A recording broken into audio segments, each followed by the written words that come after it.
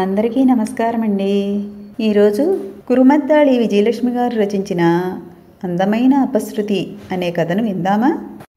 ఒక పావుటావు కాగితం మీద చీమతలకాయంతేసి అక్షరాలు చీమల బారుల్లా మురారీదేవుడు రాసిన లెటర్ని శృతి చదవడం పూర్తి చేసి ఓ నిట్టూర్పు విడిచింది. కాగితాన్ని ముక్కలు ముక్కలుగా చేసి తూములో తోసి నీళ్లు కొడదామని ఆగిపోయింది. లెటర్ని అట్టిపెడితేనే బాగుంటుందనిపించింది. యథాప్రకారం మడతలు పెట్టి లెటర్ తడవకుండా కిటికీ అంచున పెట్టి స్నానానికి ఉపక్రమించింది. ఆపదలో సాయం చేశాడట. ఇంకేం, అంతకులు ఆపదలు హత్యలు తప్ప మరేం తెలుస్తాయి? మహానుభావుడు రక్షించి ఇంతటితో వదిలాడు. వదిలేవాడో ఇంకా జలగలా పట్టుకుని పీడించేవాడో. కాలు సెప్టిక్ అయితే కొట్టేస్తారని ఓ పక్క అదురు పుట్టింది. మరో పక్క భోజన వసతి లేక నిరసించిపోతున్నాడు. పట్టుబడతానని ఏమూలో భయం కూడా ఉండి ఉంటుంది. తోక ముడిచాడు. పేడ పోయింది. వంటినున్న సబ్బునురుగంతా ఒకేసారి జారిపోయేటట్లు బొక్కెనెత్తి నీళ్లన్నీ వంటి మీద గుమ్మరించుకుంది శృతి. ఇప్పుడు శృతి ప్రాణమెంతో హాయిగా ఉంది. బొక్కెన నీళ్లతో మురిగి వదిలినట్లు విడిదిచ్చినందుకు విరోధి వదిలిపోయాడు చాలా తేలిగ్గా. ఇంకా స్నానం చేయడం పూర్తి కాలేదుటే శృతి. బయట నుంచి సీతమ్మ కేక పెట్టింది. అయిపోయిందమ్మా, వచ్చేస్తున్నా, బాత్రూంలోంచి జవాబిచ్చింది శృతి. మరో బొక్కెన నీళ్లు ఒంటి మీద ఎత్తి గుమ్మరించుకుంది. చాలా ఆనందంగా ఉంది శృతికి. ఊనిరాగం తీస్తూ చీర చుట్టుకుని జాకెట్లో మళ్ళీ లెటర్ని దాచి బాత్రూమ్ నుంచి బయటపడింది.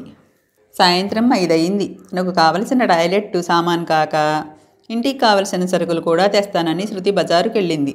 తనకు తెలిసిన వారి కోడలికి నొప్పులొస్తుంటే వారికి తోడుగా సీతమ్మ నర్సింగ్ హోమ్కి వెళ్ళింది. క్రితం రాత్రి నైట్ డ్యూటీ చేసి ఈరోజు రెస్ట్ తీసుకుంటున్న సిద్ధార్థ ఇంట్లోనే ఉండిపోయాడు.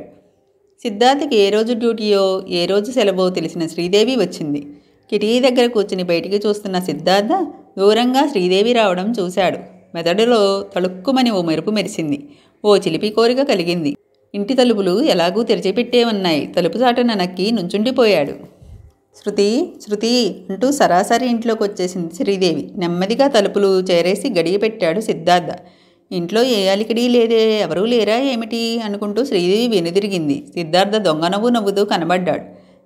ఏమిటిది అంది శ్రీదేవి. ఏమిటి నీవనేది? నాకేం అర్థం కావడం లేదు శ్రీదేవి దగ్గరకు వస్తూ అమాయకంగా ముఖం పెట్టి అన్నాడు సిద్ధార్థ. తలుపెందుకేశావు? శ్రీదేవి ముందే గ్రహించింది ఇంట్లో ఎవరూ లేకపోబట్టే ధైర్యంగా సిద్ధార్థ తలుపు గడియ పెట్టాడని. వెయ్యబుద్ధి పుట్టింది మరి.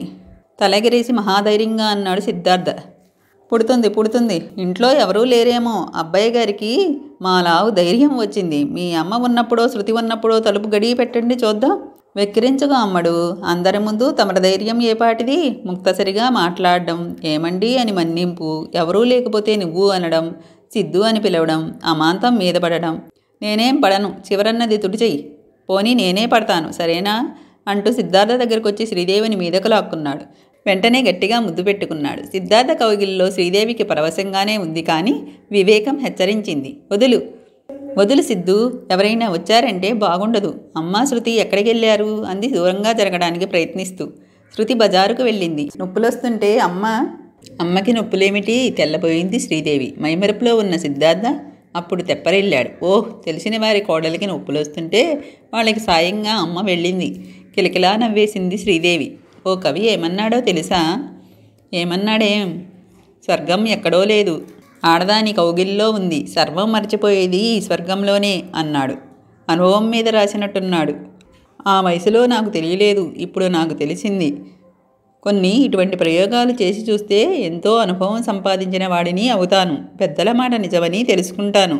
కాస్త నీవు సహకరిస్తే చాలు శ్రీ. ఉడతపిల్లలా ముఖం చూడు. అమాయకంగా కనబడడం, అసాధ్యపు పనులు చేయడం మీకే చెల్లింది. పెళ్లి కావలసిన ఆడపిల్లని కదా ఇలా బంధించి బలవంతం చేయడం ఏమన్నా బాగుందా? అబ్బా వదలమంటుంటే కుడతా కిడతా అన్నామంటే నా కౌగిలి ఉక్కు కౌగిలి అవుతుంది. జాగ్రత్త. చుంచుపిల్లలా ఈ ముఖం చూడు. అమాయకంగా ముఖ పెట్టడం చేతవును, అల్లరి మాత్రం బోలెడు. పెళ్లి కావలసిన ఆడపిల్లవే కానీ ఈ పిల్లదాని మెడలో 3 ముళ్ళు వేయాల్సిన వాడిని నేనే కదా. బలవంతం చేస్తున్నానని నింద వేశావు. ఇది బలవంతమూ కాదు, బలప్రయోగమూ కాదు, పరస్పర ఆకర్షణతో దగ్గర కావడం అంటూ గట్టిగా హత్తుకున్నాడు సిద్ధార్థ. అబ్బా వదలమంటుంటే ఎవరైనా వచ్చారంటే తలుపు వైపు భయంగా చూస్తూ అంది శ్రీదేవి. ఎవరూ రారు. వాడుకు తెలియదేమిటి మనిద్దరం ఏకాంతంగా ఉన్నామని? బయట కలుసుకుని మాట్లాడుకున్నామనుకో, కాస్త జగ్గి పట్టుకుందామన్నా ఓ కిస్ పారేద్దామన్నా చోటేది చాటేది. 4 రోజుల క్రితమేగా రష్ లేని పిక్చర్కి తీసుకెళ్ళి బాల్కనీలో అంటూ కిలకిలా నవ్వింది శ్రీదేవి. అది గుర్తుకొచ్చి సిద్ధార్థ పకపకా నవ్వాడు. రష్ ఉందని సినిమా హాలుని మించిన రహస్యపు చోటు దొరకదని పాత సినిమాకి కూడబలుక్కుని ఇరువురూ వెళ్లారు. వీళ్ళు వెళ్ళిన పావుగంటలో హాలు హౌస్ఫుల్ అయింది. తెలిసిన వాళ్ళు ఎవరైనా వచ్చి ఉంటే బాగుండదని బాల్కనీలో ఆ మూలొకరు ఈ మూలొకరు కూర్చొని సినిమా చూశారు. ఈ బాధెందుకు గానీ తొందరగా 3 ముళ్ళు వేసేయి అంది శ్రీదేవి. ఎలా? ముందు చెల్లాయి పెళ్లి కావాలి కదా అన్నాడు సిద్ధార్థ. అన్నగారి పెళ్లి గాందే చెల్లెలి పెళ్లి చేయరు. ఇంత అమాయకత్వం ఏమిటి బాబు? మరి మా అమ్మ చెల్లాయికి పెళ్లి సంబంధాలు చూస్తున్నదే ముందు. ఆడపిల్ల పెళ్లి తొందరగా కుదరదు, ఎన్నో చూసుకోవాలి. మగపిల్లవాడిదేముంది, అంటే అయిపోతుంది. శృతికి ఎవరినన్నా ఖాయం చేసుకుని ఆ చేత్తో నీకు చూసి ఓ నెలవారగా 2 పెళ్ళిళ్ళు చేయాలని మీ అమ్మగారి ఆలోచన కావచ్చు.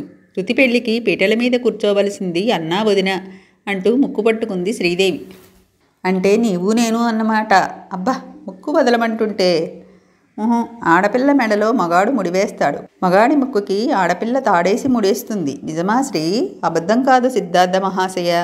సరిగ్గా అప్పుడే దబదబ తలుపు తట్టిన చప్పుడయ్యింది. తొందరగా తలుపు తీయి శ్రీ అన్న శృతి మాటలు వినిపించాయి. కంగారుగా సిద్ధార్థ శ్రీదేవి విడిపోయారు. ఏం చేద్దాం అన్నట్టు ఒకరి ముఖం ఒకరు చూసుకున్నారు. మరోసారి తలుపు కొట్టి పిలిచింది శృతి. తల వంచుకుని నుంజుండిపోయింది శ్రీదేవి. సిద్ధార్థ అంతకన్నా తల వంచుకుని వెళ్ళి తలుపు తీసి శృతి లోపలికి అడుగు పెట్టగానే అటు నుంచి బయటికి వెళ్ళాడు. ఎదురుగా సీతమ్మ వస్తూ కనబడింది. లోపలికొచ్చిన శృతి చేతిలో సంచి పెట్టి స్లిప్పర్స్ స్టాండ్లో పెడుతూ అంది. దూరంగా అమ్మ వస్తూ కనబడింది శ్రీ. నేను మీ ఏకాంతానికి అంతరాయం కలిగించడం ఇష్టం లేక గుమ్మం అవతలే ఉండిపోయి కాపలా కాస్తూ ఈ మూసి ఉన్న తలుపులు ఎన్ని యుగాలకు తెరుచుకుంటాయా అని ఎదురు చూస్తున్నాను. అమ్మ రాబట్టి తలుపు కొట్టగా తప్పలేదు. థ్యాంక్స్ గొణిగింది శ్రీదేవి. ఏమిటమ్ముడు సణుగుతున్నావు? హెల్ప్ చేసినందుకు తిట్టుకుంటున్నావా? లేదు లేదు అంటూ తలెత్తి చూసింది. శృతి చిలిపిగా తన్నే చూడడం చూసి సిగ్గుతో తల టకీమని ఉంచుకుంది శ్రీదేవి. ఇస్సురస్సురంటూ సీతమ్మ ఇంట్లోకి అడుగుపెట్టింది. అప్పుడే వచ్చేసేవేమమ్మా? శృతి అడిగింది. రాకేం చేయనే నా తల్లి. చిన్న ఆపరేషన్ చేసి కాన్పు చేశారు. తల్లి బిడ్డ కులాసాయే. ఒక్క మనిషి తప్ప ఆసుపత్రిలో మరెవ్వరూ ఉండకూడదట. ఇదేం చోద్యమో, బాలింతరాల దగ్గర మనుషులు ఉండకూడదట. మేము లేము, మీరంతా ఉండి ఏం చేస్తారు అంటూ నర్సులు ఒకటే కేకలు. సరే వెళ్ళిన అందరం తిరిగొచ్చాం అని శృతితో చెప్పి శ్రీదేవి వైపు తిరిగి నువ్వొచ్చి ఎంతసేపు అయింది శ్రీదేవి అంది సీతమ్మ. కొద్దిసేపు అయింది, వచ్చిన తల ఎత్తకుండానే అంది శ్రీదేవి. మీరు మాట్లాడుతూ ఉండండి, ఆసుపత్రి గుడ్డలు తడిపేసి స్నానం చేసి వస్తాను అంటూ సీతమ్మ దొడ్లోకి వెళ్ళింది. కూర్చోమ్మా, సిగ్గులు పెళ్లి కూతురా అంది శృతి. పెదవి కదపకుండా కుర్చీలో కూర్చుండిపోయింది శ్రీదేవి. అమ్మ ఇద్దరూ ఇద్దరే. ఎంత అమాయకంగా నోట్లో నాలుక లేనట్లు మెలిగేవారు. రెండో కంటికి తెలియకుండా సినిమాలు షికార్లు మీ ఇద్దరి మాటలు చాటుగా వినడం తప్పే. కానీ మీ ఇద్దరేమిటి, ఈ చనువేమిటి అని ఆశ్చర్యపోతూ అలా నుంచుండిపోయాను. మరీ గట్టిగా మాట్లాడుకుంటురి, వినపడక చస్తుందా? నే కాబట్టి సరిపోయింది. అదే అమ్మో మెరవరన్నా వింటే. శ్రీదేవి కళ్ళల్లో గిర్రున నీళ్లు తిరిగాయి. అదేమిటి శ్రీ, ఏడిపించటానికి తమాషా చేస్తుంటే నిజంగా ఏడుస్తున్నావా? ఛ నీవు మా వదినవి కావడం నాకెంత ఇష్టమో తెలుసా? ఇదే మాట ఎప్పుడన్నా అంటే 36 మెలికలు తిరిగిపోతాడు అన్నయ్య. నాకేం తెలుసు అన్నయ్య ఎంత ముందడుగేశాడని. అమ్మతో నీ మాట అంటే శ్రీదేవికి ఏమిటే బంగారం బొమ్మ, బుద్ధిమంతురాలును. మనం మగపెళ్లివారం, వాళ్ళు అడిగితే అలాగే అందాం. మీ అన్నయ్య కూడా ఇష్టపడాలి కదా అంది. లైన్ క్లియర్ అయిపోయింది వదినమ్మ. ఇక పెళ్ళే ఆలస్యం. ఇందాక నా బదులు అమ్మే వచ్చి ఉంటే ఈసరికి మీ పెళ్ళి చేస్తూ ఉండేది. ఎవరి పెళ్ళే అంటూ సీతమ్మ లోపల నుంచి వచ్చింది. పెళ్ళి అన్న 2 ముక్కలే ఆవిడ చెవినబడ్డాయి. తెలిసిన ఓ స్నేహితురాలికి పెళ్లి కుదిరిందట. శ్రీ చెబుతుంటే వింటున్నాను సమయస్ఫూర్తిగా అంది శృతి. తెలిసిన అందరి పెళ్ళిళ్ళు అవుతున్నాయి. మీ ఇద్దరి పెళ్ళి ఎప్పుడవుతుందో ఏమో అంటూ నిట్టూర్పు విడిచింది సీతమ్మ. కర్రకాలు, చంకలో ఊతకర్ర ఆధారంతో నించున్న మురారీదేవుడు. కాలు పోయినందుకు కుంగిపోయి ఏమీ లేడు. ఆ నుంచున్న తీరులో పొగరు కొట్టొచ్చినట్టు కనబడుతుంది. మురారీదేవుణ్ణి యగాదిగా చూస్తూ మార్పేమీ లేదు అంది శృతి. మురారీదేవుడు ఫక్కున నవ్వాడు. బాగా చూడు, మార్పేమీ లేదు. ఓ కాలు స్థానంలో కర్రకాలు వచ్చిందా? కనబడలా? అందుకే అన్నారు పెద్దలు, కళ్ళున్న వాళ్లే మొదటి అంధులని. పొగరేం తగ్గలేదు. భగవంతుడు తగిన శాస్తే చేశాడు. శృతి, ఎందుకు అరుస్తావు? రోజులన్నీ మనవి కావు. నీలాంటి వాళ్ళకి కాదేమో. నువ్వే అంటున్నావుగా రోజులన్నీ మనవి కావని. నన్ను చూసి నవ్వుతున్నావు. రేపు నిన్ను చూసి నవ్వే రోజు నాకొస్తుందేమో. చూడుకుంటే నీలాగా అందరూ అడ్డమైన. శృతి మాట శాంతం పూర్తి కాకుండానే శృతి అని అరుస్తూ శృతిని కొట్టడానికి భూతకర్రని పైకెత్తాడు మురారీదేవుడు. శృతి ఏమాత్రం ఆలస్యం చేయకుండా పక్కకి దూకింది. ఈరోజు నా చేతిలో నీ కాలు విరగాల్సిందే. నన్ను కుంటి అంటావా? మురారీదేవుడు కొయ్యకాళ్ళతో టక్ టక్ మని వేగంగా ముందుకొస్తున్నాడు. శృతి పరుగు తీసింది. మురారీదేవుడు వెంటపడ్డాడు. ఎదురుగా రాయి తగిలి బోర్లా పడింది శృతి. కర్ర పైకెత్తి కాలరుద్రుల్లా నుంచున్నాడు మురారీదేవుడు. కెవ్వు మంది శృతి.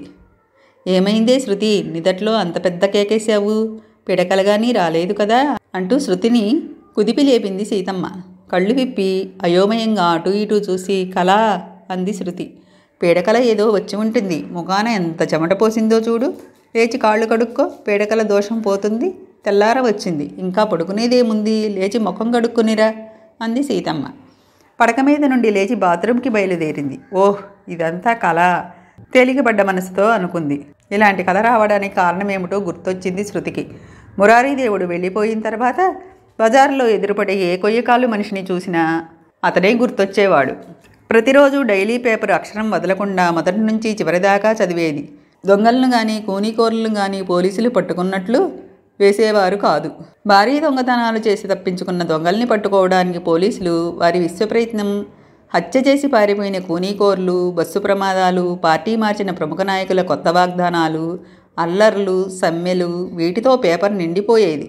ఏ రోజు పేపర్ తీసినా ఏమున్నది గర్వకారణం, అదే గోల, అవే వార్తలు అనుకునేది శృతి. అతను పట్టుబడినట్లయితే పేపర్లో వచ్చేదే. రాలేదు కాబట్టి పట్టుబడలేదు. కాలికి తగిలిన గాయం నయమైందో లేదో, కాలు కొట్టేశారేమో. సెప్టిక్ అయి మురారీదేవుడు గుర్తొచ్చినప్పుడల్లా శృతి ఆలోచనలు అలా సాగేవి. రాత్రి 10 గంటల సమయంలో బిచ్చగాడు అడుక్కోవడానికి వచ్చాడు. పొద్దుటి కూర ఉంటే అది కాస్త అన్నము బిచ్చగాడికి వేయడానికి వాకిట్లోకి వచ్చింది శృతి. వాకిట్లో జోలి పట్టుకుని కొయ్యకాలు బిచ్చగాడు నుంచుని ఉన్నాడు. చటుక్కున చూడడంతో వాడి ఎత్తు లావు సరిగా మురారీదేవుడంత ఉండటంతో ఆ బిచ్చగాడు మురారీదేవుడేమో అనుకుంది. రాత్రంతా ఆ బిచ్చగాడి ధర్మమా అని మురారీదేవుడు గుర్తుకొస్తూనే ఉన్నాడు. రెండో కంటికి తెలియకుండా ఓ హంతకుడిని తాను దాచగలిగింది. దెబ్బ తగిలి ఉండడం వల్ల పెద్ద హంతకుడైనా అతను తన్నేమీ చేయలేదు. ఇది తన అదృష్టం. ఇది తన జీవితంలో ఓ పరమ రహస్యం. రాత్రంతా మురారీదేవుని గురించే ఆలోచించాను. కలవచ్చింది. భగవంతుడా, జీవితంలో మళ్ళీ ఆ హంతకుడి మొహం నాకు కానరాకుండా చెయ్యి అనుకుంటూ ముఖం కడుక్కొని బాత్రూమ్ నుంచి బయటకొచ్చింది శృతి. కమ్మని సువాసనలు వెదజల్లే పొగలు కక్కే కాఫీ శృతికి అందించింది సీతమ్మ. ఓహ్, అద్భుతం, అమృత రుచి, అమోఘ పరిమళం. మా అమ్మ చేతి ఓ కప్పు కాఫీ 1000 ఏనుగుల బలం. టింగ్ టింగ్ టింగ్. ఓ గుక్క కాఫీ తాగి కళ్ళు పెద్దవి చేసి యాక్షన్ చేస్తూ అంది శృతి. ఉత్త చిన్నపిల్ల చేష్టలు మురిపంగా చూస్తూ అంది సీతమ్మ. అమ్మ, నేనెప్పుడూ నీకు చిన్నపిల్లనే కదా. అమ్మ ముందే కదా నేను అల్లరి చేయగలిగేది. అంతే కదా? అవును కదా. ముందు కాఫీ తాగవే, చల్లారిపోతుంది నవ్వాపుకుంటూ అంది సీతమ్మ. సరిగా అప్పుడే తలుపు చప్పుడయ్యింది. సీతమ్మ వెళ్ళి తలుపు తీసింది. పోర్టర్ యేసుపాదం బిక్కమొఖం వేసుకుని గుమ్మం అవతల నుంచుని ఉన్నాడు. సిద్ధార్థ పార్సిల్ ఆఫీసులో క్లర్కు. అక్కడే ఉంటాడు యేసుపాదం కూడా. ఇంట్లో వాళ్ళకి కూడా తెలుసు. నువ్వా యేసుపాదం? ఏమిటిలా పొద్దుటే వచ్చావు అంది సీతమ్మ. అయ్యా. ఆ పైన నోరు పెగలలేదు యేసుపాదంకి. అబ్బాయి నైట్ డ్యూటీకి వెళ్ళాడు. ఇంకో గంటన్నర కానీ రాడు. చెప్పాను కదా, ఏదన్నా అర్జెంటా? శృతి కాఫీ తాగడం పూర్తి చేసి ముందు గదిలోకి వచ్చింది. అది కాదు అమ్మ, రాత్రి నేను డ్యూటీలో ఉన్నాను. అయ్యా. అంతే. మళ్ళీ యేసుపాదం నోరు మూసుకుపోయింది. ఏమైందో త్వరగా చెప్పు అంటూ ముందుకొచ్చింది శృతి. ఏ వార్త వినాలో అన్నట్టు సీతమ్మ హృదయం ముందే దడదడలాడింది. అయ్యకి ఈ నెల క్యాష్లో పనమ్మ. రాత్రి డ్యూటీలో సరుకులెక్కించిన తాలూకు డబ్బు 3 లక్షలుంది. అది జాగ్రత్త పెట్టడం అయ్యది. మరో అయ్య చంద్రంగారిదీనమ్మా. తెల్లవారుజామున ఎనప్పెట్టి తెరిచే ఉంది. క్యాష్ లేదు. చంద్రమయ్య గారు కుర్చీలో ఒరిగి ఉన్నారు. ఎవరో బాగా మత్తు ఇచ్చారు. మన అయ్య. అన్నయ్యకి ఏమైంది చెప్పు, శృతి అరిచింది. అయ్యా కనబడడం లేదు. 3 లక్షలు క్యాష్ తీసుకుని పారిపోయారని స్టేషన్ అంతా గగ్గోలు. పోలీసులు వచ్చారు. అంతా గోలగా ఉందమ్మా. కాసేపు ఆగితే ఇక్కడికి వస్తారు. మనసు ఆగక ముందుగా వచ్చి చెప్పానమ్మా. యేసుపాదం తల వంచుకుని చెప్పాడు. సీతమ్మ చలనం లేనట్లు అలా నుంచుండిపోయింది. అన్నయ్య కనబడడం లేదా? క్యాష్ మాయమైందా? శృతి తెప్పరిల్లి అడిగింది. అలాగే నెమ్మదిగా పక్కకి ఒరిగిపోతున్న సీతమ్మని యేసుపాదం చూశాడు. అమ్మా అంటూ గబుక్కున ముందుకొచ్చి సీతమ్మని పట్టుకున్నాడు. పక్కనే నుంచున్న శృతి కూడా చటుక్కున తల్లిని పట్టుకుంది. యేసుబాదం శృతి కలిపి సీతమ్మని మంచం మీదకు చేర్చారు. అమ్మకి తెలివి తప్పింది. కాసిని నీళ్లు పట్టుకొచ్చి ముఖాన చల్లమ్మా అన్నాడు యేసుపాదం పరీక్షగా సీతమ్మ ముఖంలోకి చూసి. శృతి గ్లాసుతో నీళ్లు తెచ్చి తల్లి ముఖాన చిలకరించింది. సీతమ్మ తెలివొచ్చి కళ్ళు విప్పింది. అమ్మా అంది శృతి బొంగురు గొంతుతో. తెల్లవారుజామున వచ్చిన పీడకల, అన్నయ్య మాయం కావడం, క్యాష్ పోవడం అన్నీ అలా ఉంచి హఠాత్తుగా తల్లి పడిపోవడం, అతి కష్టం మీద శృతి ఏడుపు దిగమింగుకొని అమ్మా అంది. నే బతికే ఉన్నానా గొణిగినట్లే అంది సీతమ్మ. అప్పుడే వాకిట్లోకి పోలీసు జీపు వచ్చి ఆగింది. ఇప్పుడేం కాలేదు, అయ్య మంచితనం మనకు తెలియదా? పోలీసులు వచ్చారు, ధైర్యంగా ఉండండమ్మా గబగబా అన్నాడు యేసుపాదం. ఏ ఆధారమూ లేందే కూర్చోవడం అసాధ్యమన్నట్లు గోడ కతుక్కుపోయి కూర్చుంది సీతమ్మ. శృతి చేతిపై తన చెయ్యి వేసి పక్కనే కూర్చుంది శ్రీదేవి. శ్రీదేవి తండ్రి పరమశివం గారు ఏం మాట్లాడారో తెలియనట్టు కుర్చీకి అతుక్కుపోయి కుర్చీలో కూర్చున్నారు. స్టేషన్లో క్యాష్తో పాటే సిద్ధార్థ మాయం అయ్యి 2 వారాలయ్యింది. అప్పుడే ఆ రోజు ఉదయమే పోలీసులు రావడం, యక్ష ప్రశ్నలు వేసి వెళ్ళడం జరిగింది. గుర్తు చేయడానిగా అన్నట్టు మధ్య మధ్య వచ్చి సిద్ధార్థ కుమార్ వచ్చాడా అని అడిగి వెళ్తున్నారు. డైలీ పేపర్లు వాటి ధర్మం అవి నిర్వర్తించాయి. 3 లక్షలు మాయం, పార్సిల్ ఆఫీసులో క్లర్కు మాయం అంటూ పెద్ద పెద్ద అక్షరాలతో ప్రచురించారు. ఇది చాలక ఇరుగు పొరుగు తెలిసిన వారి పరామర్శలు సరి. రొటీన్గా రోజులు జరిగిపోతున్నాయి అంతే. ఆ రోజు నుంచి అమ్మ సరిగా భోంచేయడం లేదు. నా బలవంతాన లేచి ఏదో తిన్నాననిపించి లేస్తున్నది. అన్నయ్య ఏమయ్యాడో తెలియదు. ఆ బాధకు తోడు అమ్మ దిగులు చూడలేకపోతున్నాను. అస్తమానం కళ్ళు నీళ్లు పెట్టుకోవడమే అంది శృతి. ఆ తర్వాత చెప్పడం సాధ్యం కాలేదు. దోసిట్లో ముఖం దాచుకుంది. ఏమిటి పిచ్చి పని? ధైర్యంగా ఉండాల్సింది నీవు. మీ అమ్మకి ధైర్యం చెప్పాల్సింది పోయి నువ్వే ముందుగా చీచి అంటూ శ్రీదేవి బలవంతాన శృతి చేతులు లాగింది ముఖం మీద నుంచి. శృతి కళ్ళ నీళ్లతోనే శ్రీదేవిని చూసింది. శ్రీదేవి కళ్ళల్లో గిర్రున నీళ్లు తిరుగుతున్నాయి.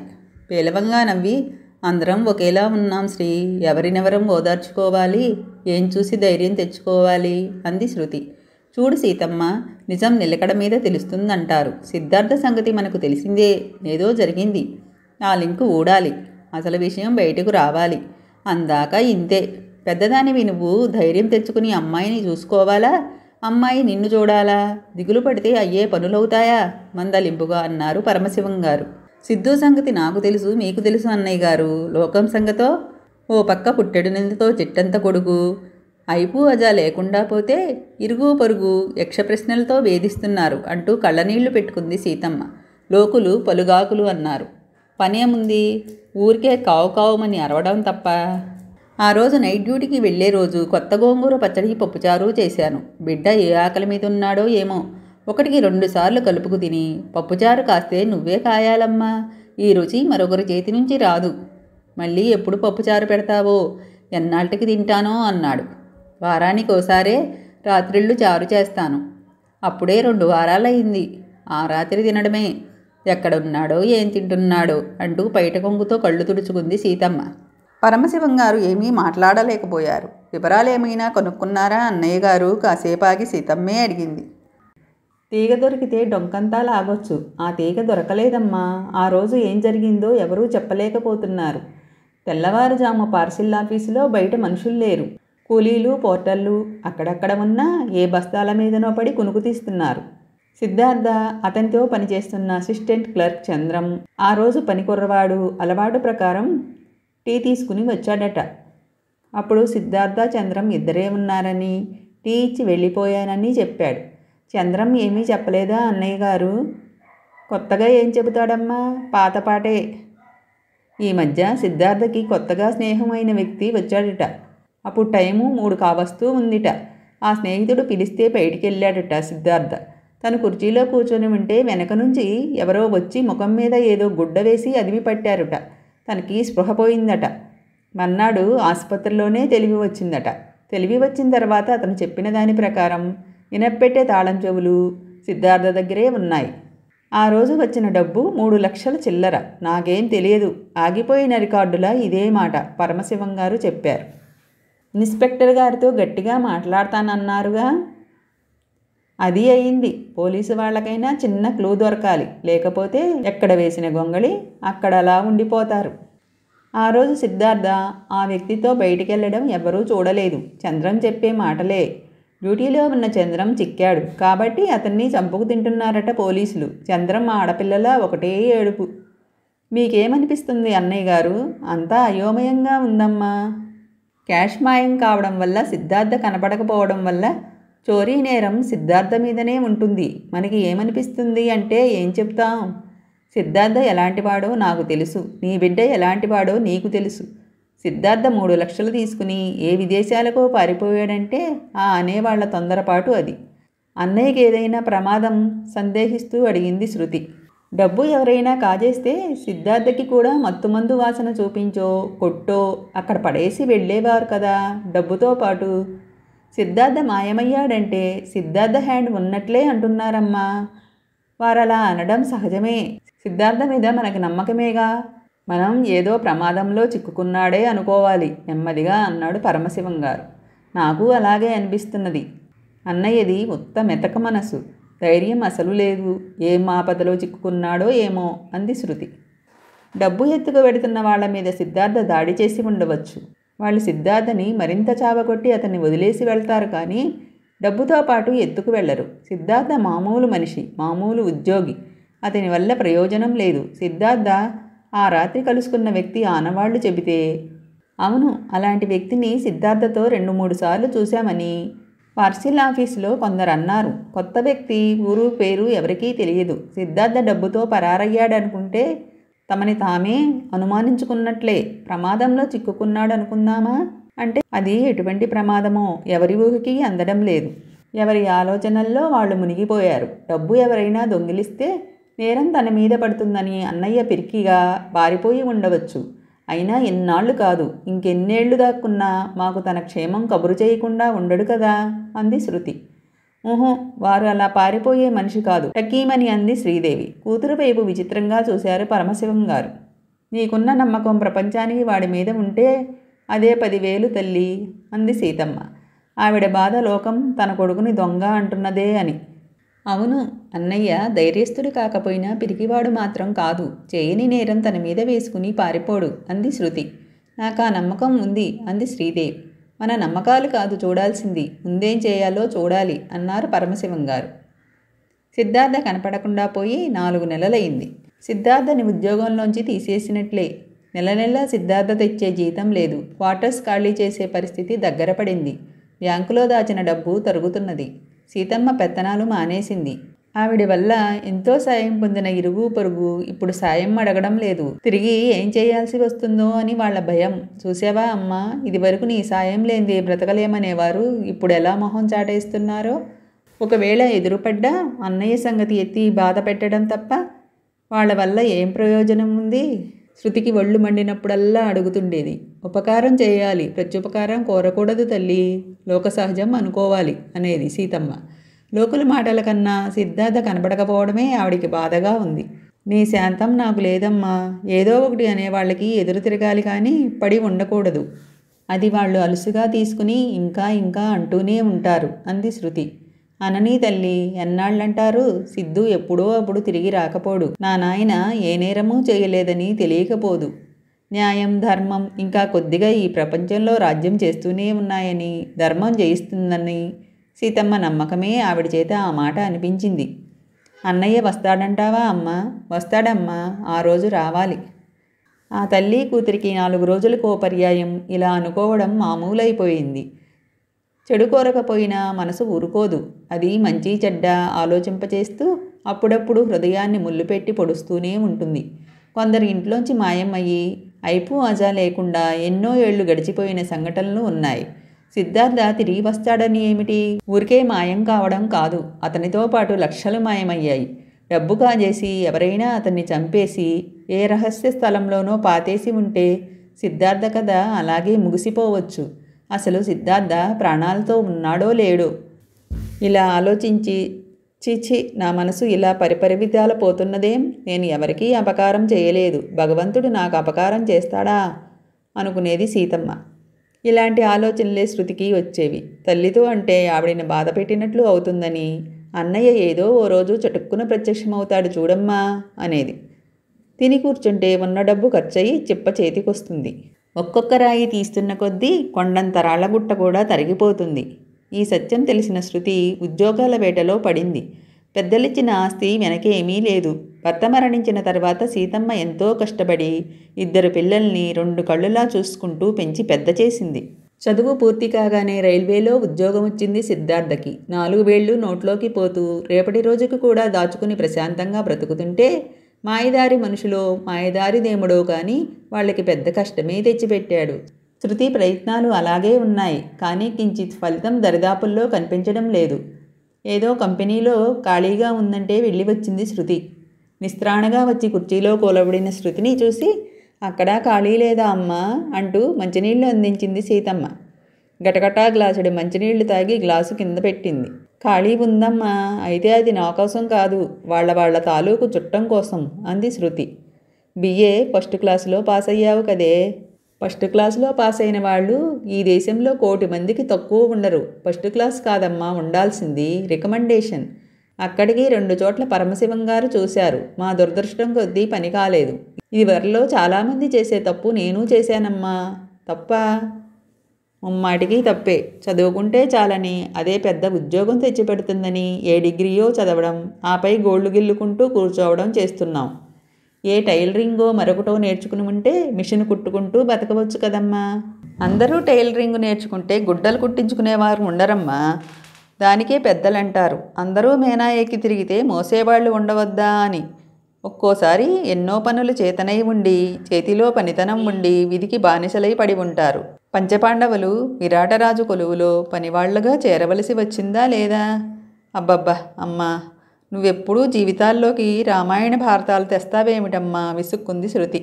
రామాయణ భారతాల్లో కంటే విధి చేసే వింతలు ఏ కథలోనూ లేవు, ఎవరి జీవితాల్లోనూ లేవు అంది సీతమ్మ. శృతి చిరాగ్గా ఏదో అనబోయి శ్రీదేవి రావడం చూసి మాట ఆపేసింది. రావచ్చా అంటూనే శ్రీదేవి లోపలికి అడుగుపెట్టింది. ఇది నీ ఇల్లే, రారా అంది శృతి ద్వంద్వార్థంగా. మరొకసారైతే శృతి అన్నదానికి శ్రీదేవి సిగ్గుపడేదే. ఇప్పుడు బుగ్గలు ఎర్రబడే స్థితి కాదు. భారంగా నిట్టూర్పు విడిచి శృతి పక్కకొచ్చి కూర్చుంది. నిన్నటికి ఇవాళకి మార్పేమీ లేదు, కొత్త మాటలు ఏముంటాయి? సీతమ్మ కాఫీ కలుపుకు రావడానికి లోపలికి వెళ్ళింది. శ్రీదేవి మాట్లాడిస్తుంటే పొడిపొడిగా జవాబులు చెబుతూ కూర్చుంది శృతి. ఊళ్ళోనే చిన్న గదిలోకి మారారు తల్లి కూతురును. గది ముందు టెర్రస్ మెష్షు ఉన్న పంచ ఉంది. దాన్ని గది అనవచ్చు.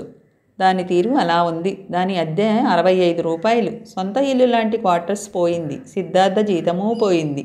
అసలు సిద్ధార్థే కనపడకుండా పోయాడాయే. తన దిగులుపడి మంచం పడితే శృతిని చూసేది ఎవరన్నట్టు సీతమ్మ పేరుకు లేచి తిరుగుతున్నది. తల్లి బాధ రెట్టింపు చేయడమే అవుతుందని పైకి మామూలుగా ఉంది శృతి, లోపల కుంగిపోతున్నది. శ్రీ వాస్తవ హ్యాండ్లూమ్ బట్టల కొట్టు చాలా పెద్దది. అక్కడేదో ఉద్యోగం ఉందని తెలిసి తనంతట తానుగా వెళ్ళింది శృతి. ఎవరు చెప్పారమ్మా ఉందని అంటూ యక్ష ప్రశ్నలేసి చివరికి 4 రోజుల క్రితం వస్తే బాగుండేది, ఇప్పుడేం ఖాళీ లేదు అంటూ చావు కబురు చల్లగా చెప్పారు. కాళ్ళీడ్చుకుంటూ ఇంటికి బయలుదేరింది శృతి. బజారంతా కిటకిటలాడుతుంది. ఎదురొచ్చే మనుషులను తప్పించుకుంటూ శృతి నెమ్మదిగా నడుస్తుంది. చిన్న కారు రిక్షా ఢీకొనబోయాయి. చిన్న కారు అతను సడన్ బ్రేక్ వేశాడు. కీచుమంటూ చిన్న కారు శృతి పక్కనే ఆగింది. డోర్ తెరుచుకుని ఒకతను కారులోంచి కిందకు దిగాడు. ఏం భాయ్, బతకాలని లేదా, లేక మమ్మల్ని శ్రీకృష్ణ జన్మస్థానానికి పంపించాలని కోరిక? కంగుమంటూ కొంచెకంఠంతో అడిగాడు. తప్పు నాదే బాబయ్య, బ్రేకు సరిగా పడడం లేదు అంటూ రిక్షా అతను తప్పు ఒప్పేసుకుని రిక్షా పక్కకు తీశాడు. తప్పు నీదైనా ప్రమాదం జరిగితే నేరం మానెత్తికే చుట్టుకునేది అంటూ అతను వెనక్కు తిరిగాడు.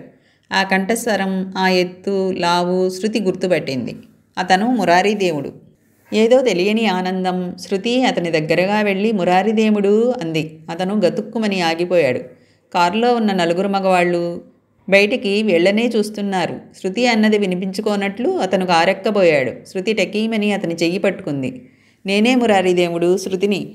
ఆ రోజు నిన్ను రక్షించాను. మా ఇంట్లో ఉన్నావు గుర్తులేదు. మా అన్నయ్య కనబడడం లేదు. చోరీ నేరం అన్నయ్య మీద పడింది. అంతా అయోమయంగా ఉంది. దేవుళ్ళా నీవు కనబడ్డావు. దొంగలతో హంతకులతో నీకు పరిచయమే కదా. ఏ దొంగన్నా ఆ రాత్రి రైల్వే డబ్బు 3 లక్షలు కాజేసి అన్నయ్యను మాయం చేసి ఉండొచ్చు. శృతి మాటలకు అడ్డొచ్చాడు అతను. మీరెవరో కానీ నన్ను చూసి పొరపడుతున్నారు. నా పేరు చంద్రగుప్తుడు. అంటూ శృతి చేతిని విదిలించుకోబోయాడు అతను. కాదు, నా కళ్ళు నన్ను మోసగించవు, నువ్వు మురారీదేవుడివే అరిచినట్లే అంది శృతి. శృతి గొంతుక విని బజార్లో వెళ్లేవాళ్లు చాలామంది తల తిప్పి చూశారు. 2-3 ఆగిపోయారు. ఎవరా అమ్మాయి? కారులో కూర్చున్న వాళ్లలో ఒకతను తల బయటికి పెట్టి అడిగాడు. ఎవరో కాస్త మతి చెలించిన పిల్ల అన్నాడు అతను. నా మతి చెల్లించలేదు, నువ్వే తెలియనట్లు నటిస్తున్నావు. ఆపదలో ఆదుకున్నాను. నీకు ఆపద వస్తే రక్షిస్తానని ఇంత పెద్ద లెటర్ రాసి పెట్టి వెళ్ళావే. ఇప్పుడు మేము ఆపదలో ఉన్నాము. మా అన్నయ్య ఆచూకీ తెలిస్తే కానీ మా కష్టాలు తీరవు. ఆ నేరస్తులెవరో నీలాంటి నేరస్తులకే తెలుస్తుంది. ప్లీజ్ ఈ ఒక్క సాయం చెయ్యి. నువ్వు నిజంగా మా పాలిట దేముడివే అని నమ్ముతాను. నువ్వో గజదొంగవని, కూనీకోరువని మర్చిపోతాను అంది. బజారన్నది కూడా మర్చిపోయి ఆవేశంగా అని అంతలో ప్రాధేయపూర్వకంగా అంది శృతి. ఏమిటి న్యూసెన్స్ అంటూ అతని చెయ్యి గాలిలో ఆమె చెంపను తాకింది. అతను కారులోకెక్కి కూర్చున్నాడు. అతని చెయ్యి వదిలేసి చెంప ఒత్తుకుంది శృతి. ఎవరామే అంటూ కారులో వాళ్ళు అడిగారు. అందమైన పిచ్చిది అంటూ అతను కారు ఎక్కి డోర్ లాగాడు. చిన్న కారు ముందుకు పరుగు తీసింది. శృతి తెప్పరిల్లేటప్పటికీ చిన్న కారు బజారు మలుపు తిరిగింది. అప్పటికే శృతి చుట్టూ కొందరు మూగి ఏమిటి అని అడుగుతున్నారు. తనున్నది ఎక్కడో తెలిసొచ్చింది శృతికి. మునిపంటితో పెదవి గాయపడేటట్టు నొక్కిపట్టి తలంచుకుని ముందుకు దారి తీసింది శృతి. పాపం, మతిలేనట్లుంది. వెనక నుంచి ఎవరో అంటున్నారు. అవును, నాకు మతి లేదు. లేకపోతే ఓ హంతకుడు నాకు సాయం చేస్తాడనుకోవడం ఏమిటి? నా గీత బాగుండి అప్పుడు అతను ఆ స్థితిలో నా జోలికి రాలేదు. అంతే, మొహమాటానికి అన్నట్లు ఓ లెటర్ రాసి పెట్టిపోయాడు. సాయం చేయని గుణం ఉన్నప్పుడు ఆ వెధవరాత దేనికి అనుకుంటూ ముందుకు సాగింది శృతి. కొయ్యకాళ్ళు వాళ్ళు కనపడినప్పుడు, అటక చూసినప్పుడు మురారీదేవుడు గుర్తుకొచ్చేవాడు. నెమ్మదిగా అదో పీడకలలా మరిచిపోయింది. నిజంగా పీడకల వచ్చిన రోజు అతను గుర్తుకు వచ్చాడు. అదే రోజు నుంచే సిద్ధార్థ కనపడకుండా పోయాడు. అది జరిగిన 4 రోజుల తర్వాత ఎందుకో మురారీదేవుడు గుర్తుకు వచ్చాడు. అతను ఓ గజదొంగ. దొంగలతో పరిచయం ఉంటుంది. పెద్ద కూనీకోరుతోనూ పరిచయం ఉంటుంది. ఆ లైన్ వేరు. రౌడీలు, గూండాలు, దొంగలు ఎవరైనా కానీ సిద్ధార్థ వాళ్ల వల్ల ఆపదలో చిక్కుకుని ఉంటే ఆ ఊబి నుంచి బయటపడేయటానికి మురారీదేవుడు లాంటి వారికే సాధ్యం. ఆపదలో ఆదుకుంటానని అతను మాట ఇచ్చాడు. దేవుడు కనబడితే బావుండును, అతను మాట తప్పడు అనుకునేది. ఆ రోజు నుంచి ఒక్కసారి మురారీదేవుడు కనపడితే బాగుండునని 3,000,000 దేవతలకు మొక్కుకుంది శృతి. బజారులో నడుస్తుంటే మురారీదేవుడి కోసం ఆమె చూపులు వెతికేవి. పొడుగ్గా ఉన్న ప్రతి మనిషిలోనూ మురారీదేవుడు దాక్కున్నాడేమో అన్నట్లు కాస్త ఎత్తుగా ఉన్న ప్రతి మనిషిని పరీక్షగా చూసేది. అనుకోకుండా ఆ రోజు మురారీదేవుడు కనబడ్డాడు. నేను దేవుణ్ణి కాదంటూ చటుక్కున మాయమయ్యాడు. పెట్టుకున్న రవ్వంత ఆశ నిరాశ కాగా చంద్రగుప్తుడట. ఎంత చక్కగా పేరు మార్చుకున్నాడు. వేషం మార్చుకున్నట్టే పేరును మార్చుకున్నాడు. సూటు, బూటు, కళ్లకు గాగుల్స్. అయినా తన కళ్ళు తన్ని మోసం చెయ్యవు. అతను ముమ్మాటికి మురారీదేవుడే. సాయం కోరితే చెంప వాయగొడతాడా? ఆ రోజు తను దయతల్చకపోతే ఎక్కడుండేవాడు? పళ్ళు నూరుకుంటూ అనుకుంది శృతి. అణువణువున నిరాశ నిస్పృహలు ఆవరించగా కాళ్ళు ఈడ్చుకుంటూ ఇంట్లో అడుగుపెట్టింది శృతి. నాకేదో భయంగా ఉంది అంది సీతమ్మ. సూట్ కేసులో చీరలు సర్దుతున్న శృతి తల్లికి ధైర్యం చెప్పడానికా అన్నట్లు నవ్వుతూ తల ఎత్తి చూసి, నీదంతా ఉత్త భయమమ్మా. ఈ కాలం ఆడపిల్లలు ఎన్ని సాహసమైన పనులు చేస్తున్నారు. మారుమూల పల్లెల్లో ప్రాక్టీస్ పెడుతున్నారు. లేడీ డాక్టర్లు, సంఘసేవికలు పల్లె పల్లెకు తిరుగుతున్నారు. పెద్ద చదువులు చదివేవాళ్ళు ఒంటరిగా ఇతర దేశాలు వెళుతున్నారు. నేనేం దూరం వెళ్ళడం లేదు కదమ్మా అని తిరిగి బట్టలు సర్దుకుంటూ ఉండిపోయింది. ఆ విషయం వేరు. తీసుకుంటే అన్నీ తేలికే అమ్మా. నువ్వు చెప్పినంత తేలిక కాదే శృతి. ఆడపిల్లవని మర్చిపోకు. పో అమ్మా అంటూ నవ్వుతూ కొట్టిపారేసి, ఆడపిల్ల ఏ పరిస్థితుల్లోనూ తాను ఆడపిల్లలని మర్చిపోదమ్మా. విధికి తలొగ్గాలని చెబుతుంటావు కదా, అందుకే తలొగ్గి మానవ ప్రయత్నం చేస్తున్నాను. ప్రయత్నం ఫలించాలి కదా అంది శృతి. ఆ ప్రయత్నం ఏదో ఇక్కడ చేస్తే అది లాభం లేదని తేలిపోయింది కదమ్మా. 10 మందికి సహాయం చేసిన చెయ్యినిది. ఈరోజు మన రోజులు బాగుండలేదని వాళ్ల ముందు సహాయం చేయండంటూ చేయి చాపగలమా అమ్మా? సీతమ్మ మాట్లాడలేదు. పోనీ ఉన్నవి అమ్ముకు తింటూ ఎన్నాళ్లు కాలం గడుపుతాము? Bank balance 3 అంతులు తరిగిపోయింది. ఇక మిగిలింది 2,000 క్యాష్, పాత్రలు, సామానులు. ఇక్కడ ఎంత ప్రయత్నించినా 100 రూపాయల జాబ్ కూడా దొరకలేదు. 1 2 నెలకి 400. తిండి బట్ట వాళ్లే ఇచ్చి. నిజమే, నీవక్కడ నేనిక్కడ. నా ప్రాణమంతా అక్కడే ఉంటుంది. 1 రోజు 2 రోజులా? శృతి చేస్తున్న పని ఆపి సీతమ్మ దగ్గరకొచ్చి 2 భుజాల మీద చేతులేసి ముద్దు ముద్దుగా అంది. అక్కడికి ఏదో నాకు హాయిగా ఉన్నట్లు, సంతోషంగా వెళుతున్నట్లు. ఏం మాటలమ్మా! ఒక్కరోజు నిన్ను చూడకపోయినా నాకు తోచదే? నీ చేతి భోజనం తినందే భోజనం చేసినట్లే ఉండదే? సీతమ్మ కళ్ళల్లో నీళ్లు తిరిగాయి. పెళ్లి చేసి అత్తవారింటికి ఎప్పుడు పంపుదామా అని ఆలోచించేదే కానీ పరాయి ఊళ్ళో పరాయి పంచన పడి ఉండటానికి కూతుర్ని పంపించవలసి వస్తుందని ఏనాడూ ఊహించలేదు. శృతి మాత్రం సీతమ్మ మరీ భయపడుతుందని పైకి ధైర్యంగా నవ్వుతూ ప్రయాణమవుతున్నది. కానీ లోపల ఎన్నో ఆలోచనలు, ఏదో తెలియని పిరికితనం. పోమ్మా, ఇలా కళ్ళనీళ్లు పెట్టుకుని బాధపడితే నే వెళ్ళను కాక వెళ్ళను. తను జాబులో చేరడానికి ఎన్నో విధాలుగా మాట్లాడి తల్లిని ఒప్పించిన శృతి కరిగిపోయింది. తల్లి కళ్ళల్లో నీళ్లు చూసి అంత జాలిగా శృతి అంటుంటే సీతమ్మ కరిగిపోయింది. పిచ్చి పిల్ల, అది మాత్రం నన్ను విడిచి ఒంటరిగా ఎప్పుడైనా ఉందా? అది చెప్పింది నిజమే. కొద్ది రోజుల్లో కొద్ది నెలల్లో కళ్ళు మూసుకుంటే వాళ్ళు ఒప్పుకునేటట్టు చేయవచ్చు. కాదంటే అప్పుడే చూసేది. సీతమ్మ మనసు గట్టి చేసుకుంది. తల్లి ప్రాణం అలా అనిపిస్తుంది. తల్లి, నీ మనసు నాకు తెలియదా? ఒంటరిగా ఉంటావని నీ గురించి బెంగ, అంతేనమ్మా. నాకేం పర్వాలేదమ్మా, నా బెంగ నీ గురించే అంది శృతి. నా గురించి దేనికి? ఉన్న ఊళ్ళో ఉంటాను, శ్రీదేవి వాళ్ళు ఉన్నారు, నీవక్కడ ఒంటరిగా. నీ వెళ్ళేది అరణ్యవాసానికి కాదు కదమ్మా, అదో పెద్ద ఊరు. రాజాభరణాలు రద్దయిన జమీందారీ కొంప. కాపురం చేసే మనుషులున్నారు 10 మంది. ఉన్న చోట భయమేముంది? వాళ్ల పద్ధతులేమిటో, ఉద్యోగానికి వెధవ కండిషన్లు. ఒంటరి వాళ్ళైతే ఇంటి పట్టున పడి ఉంటారనేమో. అలా అని సమర్థించుకోవాల్సిందే. శృతి మాట్లాడలేదు. కొద్దిసేపు సీతమ్మ మాట్లాడలేదు. రైలు టైం అవుతున్నది, శ్రీదేవి వచ్చేస్తూ ఉంటుంది, తొందరగా సర్దుకో అమ్మా అంది సీతమ్మ. శృతి మౌనంగా తనకు అవసరమైనవి బ్యాగులోనూ సూట్ కేసులోనూ సర్దుతూ ఉండిపోయింది. 2 వారాల క్రితం ఒక పేపర్లో తమాషా అయిన ఉద్యోగం ప్రకటించబడింది. వెంకటాద్రిపురంలో జమీందారీ వంశస్థులైన రాజా నృసింహరాయ భూపతిరావు ఇంట్లో ఉద్యోగం. 25 లోపు ఆడపిల్లలకి మాత్రమే అర్హత. ఆ ఆడపిల్ల ఒంటరిదై ఉండాలి. వివరాలు హోటల్ రాజ్కుమార్లో ఉన్న రఘునందన్తో సంప్రదించమని ఉంది. శృతి ఎంతో ఆలోచించి హోటల్ రాజ్కమల్కి బయలుదేరింది. ముందు జాగ్రత్తకి శ్రీదేవి నాన్నగారితో సంప్రదించి ఒక నిర్ణయానికి వచ్చి ఉంది. హోటల్ రాజ్కమల్ 4వ అంతస్తులో ప్రైవేట్ రూములో రఘునందన్ని కలిసింది. రఘునందన్ జమీందార్ గారింట్లో మేనేజరు. మనిషి హుందాగాను అందంగానూ ఉన్నాడు. చాలా మర్యాదగా శృతితో మాట్లాడాడు. జమీందార్ గారి కూతురు స్వాతి వయసు 18. పసితనంలోనే 2 కాళ్ళు చచ్చుబడ్డాయి. ఎన్ని వైద్యాలు చేసినా తగ్గలేదు. ఆమెకు మంచి స్నేహితురాలు కావాలి. అహర్నిశలు ఆమెని అంటిపెట్టుకుని ఉండాలిట. పెద్దగా పనేమీ ఉండదు. జీతం 400. తిండి బట్ట వాళ్లే ఇస్తారు. ఆమె కోసం నియమించే మనిషికి నా అనేవాళ్ళు ఉండకూడదు. ఇదివరలో ఏర్పాటు చేసిన మనుషుల వల్ల స్వాతి మనసు గాయపడిందే గాని ఫలితం లేకపోయింది. స్వాతి స్నేహపూరితంగా తన కోసం నియమించిన వాళ్లపై మమత పెంచుకొని తన ప్రాణ స్నేహితురాలే అనుకుంటే వాళ్ళు తుర్రున ఏదో ఓ రోజు ఎగిరిపోతూ ఉండేవారు. అందుకు ఇప్పుడు కొత్త ఏర్పాటు చేశారు. నా అంటూ ఎవరూ లేని వారిని స్వాతి దగ్గర ఉంచుతారు. ఈ విశాల ప్రపంచంలో నా అంటూ ఎవరూ లేనివారు చాలామందే ఉన్నారు. స్వాతి దగ్గర ఉండవలసిన అమ్మాయికి అందము, చదువు, చలాకీతనము, 25 లోపు వయసు ఉండాలి. ఇవి కాక కొన్ని కండిషన్లు ఉన్నాయి. రఘునందన్ వివరంగా చెప్పి శృతినేదైనా అడగమన్నాడు. శృతి అప్పటికప్పుడే ఓ నిర్ణయానికొచ్చి తనకో చిన్నమ్మ ఉందని, ఆమె తన్ని పెంచి పెద్ద చేసి చదివించిందని, నా అనే ఇలాంటి చిన్న అనుబంధం లేకుండా ప్రపంచంలో ఎవరూ ఉండరని, ఆమెకి నెల నెలా జీతంలో కొంత డబ్బు పంపితే చాలని, స్వాతిని అంటిపెట్టుకుని ఉంటానని చెప్పింది. ఎంత ప్రయత్నించినా అన్ని అర్హతలతో స్వాతి కోసం ఏ అమ్మాయి దొరకలేదు. అన్ని విధాలా శృతే బాగుంది. అప్పటికే విసిగి వేశారైన రఘునందన్ కొన్ని కండిషన్లు పెట్టి శృతికి ఆ ఉద్యోగం ఇచ్చాడు. స్వాతిని వదిలిపెట్టి పోరాదు. ఉద్యోగంలో చేరిన తర్వాత శృతి చిన్నమ్మకి డబ్బు పంపవచ్చు, కానీ ఆమెను కలుసుకునే ప్రయత్నం చేయరాదు. ఇవన్నీ గట్టిగా చెప్పాడు. అన్నిటికీ అప్పటికి ఆమోదం తెలిపి ఇంటికొచ్చింది శృతి.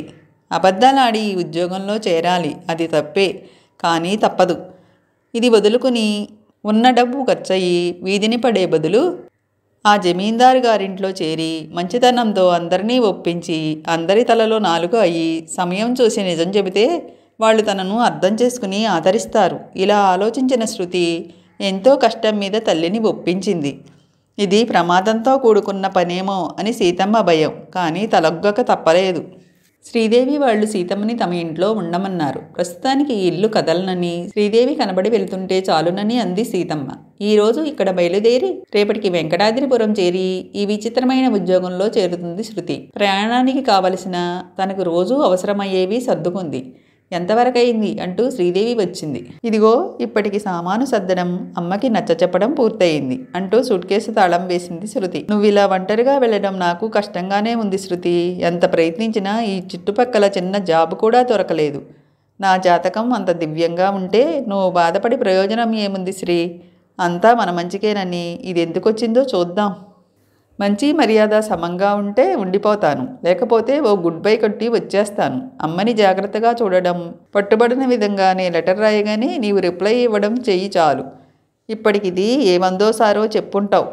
ముందు జాగ్రత్త అంటూ శృతి నెమ్మదిగా నవ్వింది. అన్నయ్య గారికి చెప్పావా అంటూ సీతమ్మ పలకరించడంతో శ్రీదేవి ఆవిడతో మాట్లాడుతూ ఉండిపోయింది. ఇంకో గంటకి తను బయలుదేరి వెళ్ళిపోతుంది. ఇహ తన తల్లికి కూతురైనా కొడుకైనా శ్రీదేవే. కొడుకు అనుకోగానే సిద్ధార్థ గుర్తుకొచ్చాడు శృతికి. హృదయాన్ని ఎవరో పట్టి పిండి వేస్తున్నట్లు అయింది. ఏమిటో అంత దీర్ఘాలోచన. శృతి భుజం పట్టి కదుపుతూ అడిగింది శ్రీదేవి. గతంలోంచి బయటపడింది శృతి. వెంకటాద్రిపురానికి రైలు మార్గం లేదు. బస్సు సౌకర్యం ఒక్కటే. బస్సు స్టాండింగ్ అంటూ వేరే లేదు. బస్సు ఆ రూట్లో వెళ్తూ రోడ్డు మీద ఆగుతుంది. ప్రయాణికులు దిగి రోడ్డుకి ఎడంవైపు పొలాలు, నల్ల చెరువు ఉన్నాయి. బస్సు ఉదయం 7 గంటల వేళ వెంకటాద్రిపురంలో ఆగింది. చంకన ఎయిర్ బ్యాగ్, చేతిలో సూట్ కేసుతో బస్సులో నుంచి దిగింది శృతి. మరో ఇద్దరు దిగారు. బస్సు దుమ్ము రేపుకుంటూ హారను మోగించి ముందుకు పరుగు తీసింది. పరిసరాలు గమనిస్తూ ఊళ్ళోకి బయలుదేరింది. దోవన నడిచేవాళ్ళు ఈ కొత్త పిల్ల ఎవరా అన్నట్లు ఆగి ఆగి మరీ చూసిపోతున్నారు. రాజా నృసింహారాయ భూపతిరావు ఇల్లెక్కడా అని అడిగిందే తడవుగా బహు జాగ్రత్తగా తోడు వచ్చి వారిల్లు చూపించారు కొందరు. పల్లెసీమలే దేశ సౌభాగ్యం అన్నమాట ఎంత నిజం అనుకుంది శృతి. ఏ వీధులు చూసినా శుభ్రంగా చిమ్మి పేడనీళ్లతో సిమెంటు తాపడంలా చేసి, నయనాలకి విందులా పెద్ద పెద్ద ముగ్గులు, వాహనాలు లేకపోవడం వల్ల ధ్వని కాలుష్యం లేకపోవడం, వాయుదేవుడి స్థిర నివాసం ఇక్కడే అన్నట్లు చల్లని గాలి. కొత్త గాలి శృతికి కొత్తగానే ఉంది. వాకిట్లోనే ఉన్న నౌకరు శృతి చేతిలో పెట్టేందుకుని శృతిని వెంటబెట్టుకుని లోపలికి దారి తీశాడు. రాజాగారిది పూర్వం కట్టించిన ఇల్లైనా ఆధునికంగానే ఉంది. ఇప్పటి ఫ్యాషన్లు అనుకరించి పైపైన రీమోడల్ చేశారు. ఆ పెద్ద ఇల్లు 2 అంతస్తులది. లోపల గదులెన్ని ఉన్నాయన్నది ఊహించడం కష్టం. పల్లెటూళ్లలో కూడా కరెంటు రావడం వల్ల ఇంటికి కరెంటు పెట్టించారు. వాకిట్లోనే ఎదురైన టెలిఫోన్ పోల్ చూసి, ఓహో ఈ ఇంట్లో ఫోన్ కూడా ఉందన్నమాట, అవసరానికి ఉపయోగపడుతుంది, మంచిదే అనుకుంది శృతి. ఇంటి చుట్టూ ఎటు చూసినా 200 గజాల స్థలం వదిలేశారు. ఖాళీ స్థలంగా కాక రకరకాల పూల మొక్కలతోనూ కొన్ని పళ్ళ చెట్లతోనూ క్రమ పద్ధతిలో ఉంచడం వల్ల ఆ ఇంటికి మరింత అందాన్ని తెచ్చిపెట్టాయి. ఒక్కో గదిని దాటుకుంటూ మధ్య హాల్లోకి వచ్చారు. అన్నిటినీ పరిశీలనగా చూస్తూ నడుస్తున్న శృతి నౌకరు ఆగడంతో తను ఆగింది. ఈరేనేంటి అమ్మాయి గారి కోసం వస్తారన్న అమ్మ బొంగురు స్వరంతో తారు నలుపు లాంటి ఓ రుబ్బుడు పత్రం ఆడమనిషి అడిగింది. అవునే రంగమ్మ, బస్సు దిగి ఇంటికొచ్చేశారు, అయ్యతో చెప్పు అని కూర్చోండి అమ్మ ఆ కుర్చీలో అన్నాడు నౌకరు. ఆహా చూడంగానే అనుకున్నాలే అన్నట్టు మర్చిపోయా సాయన్న, పెద్దయ్య గారు నిన్నోసారి రమ్మన్నారు అంది రంగమ్మ.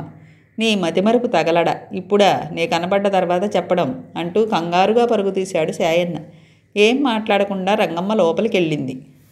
వీళ్ళిద్దరి పేర్లు సాయన్న రంగమ్మ అన్నమాట. తలపంగిస్తూ సోఫాలో కూర్చుంది శృతి. శృతి కూర్చున్న హాలు పెద్దది. 2 సోఫా సెట్లు వేసి ఉన్నాయి.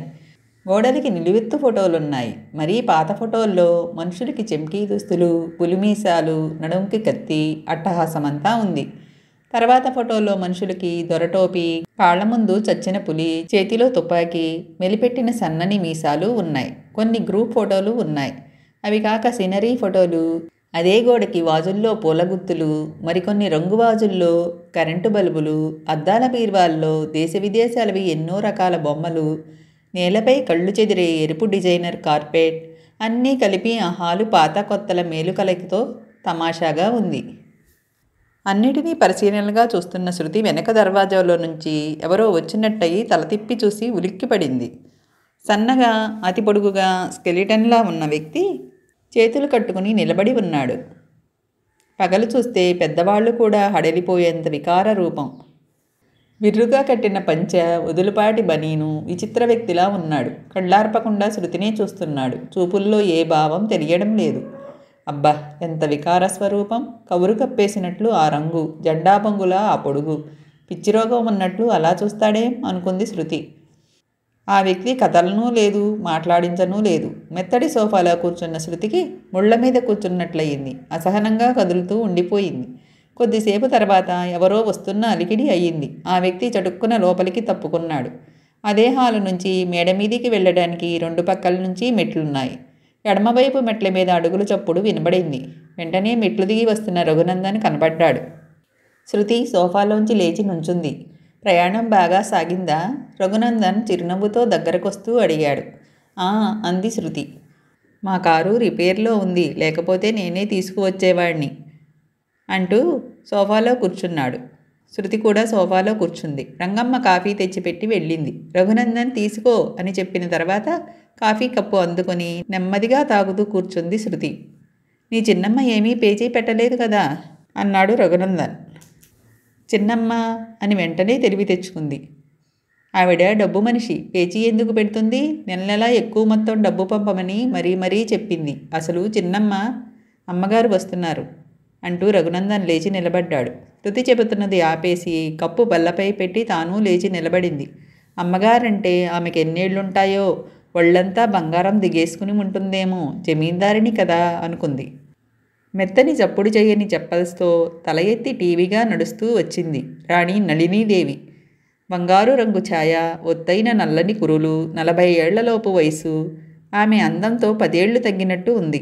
చేతి నిండా బంగారు గాజులున్నాయి. మెడలో ఒకే ఒక ముత్యాలహారం, నల్లచారల కాశ్మీర్ షాల్ కప్పుకుని హుందాగా వచ్చి నిలబడింది. నళినీదేవిని చూస్తూనే కొయ్యబారిపోయింది శృతి.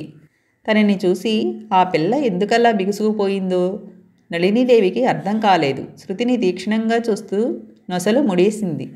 మీ శృతి అన్నాడు రఘునందన్. చలనం వచ్చింది శృతిలో. తను చేసిన పొరపాటేమిటో అర్థమైంది. తెలివి తెచ్చుకుని చాలా సహజంగా అంది. ఓహ్, మీ అందం అద్భుతం, క్షమించాలి. ఈ పిల్ల కొత్త లేకుండా మాట్లాడుతుందేమో అనుకుంటారేమో. సభ్యత లేకుండా అలా చూస్తూ రాయిలా నిలబడ్డాను.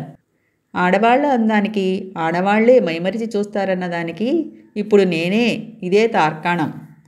నా వల్ల పొరపాటుంటే మరోసారి క్షమించాలని కోరుతున్నాను అంటూ తలవంచుకుంది. నళినీదేవి మహాసౌందర్యవతి అంటూ శృతి అన్నదానిలో ఆ ఒక్కటే నిజం, మిగతావి అంతా కల్పన.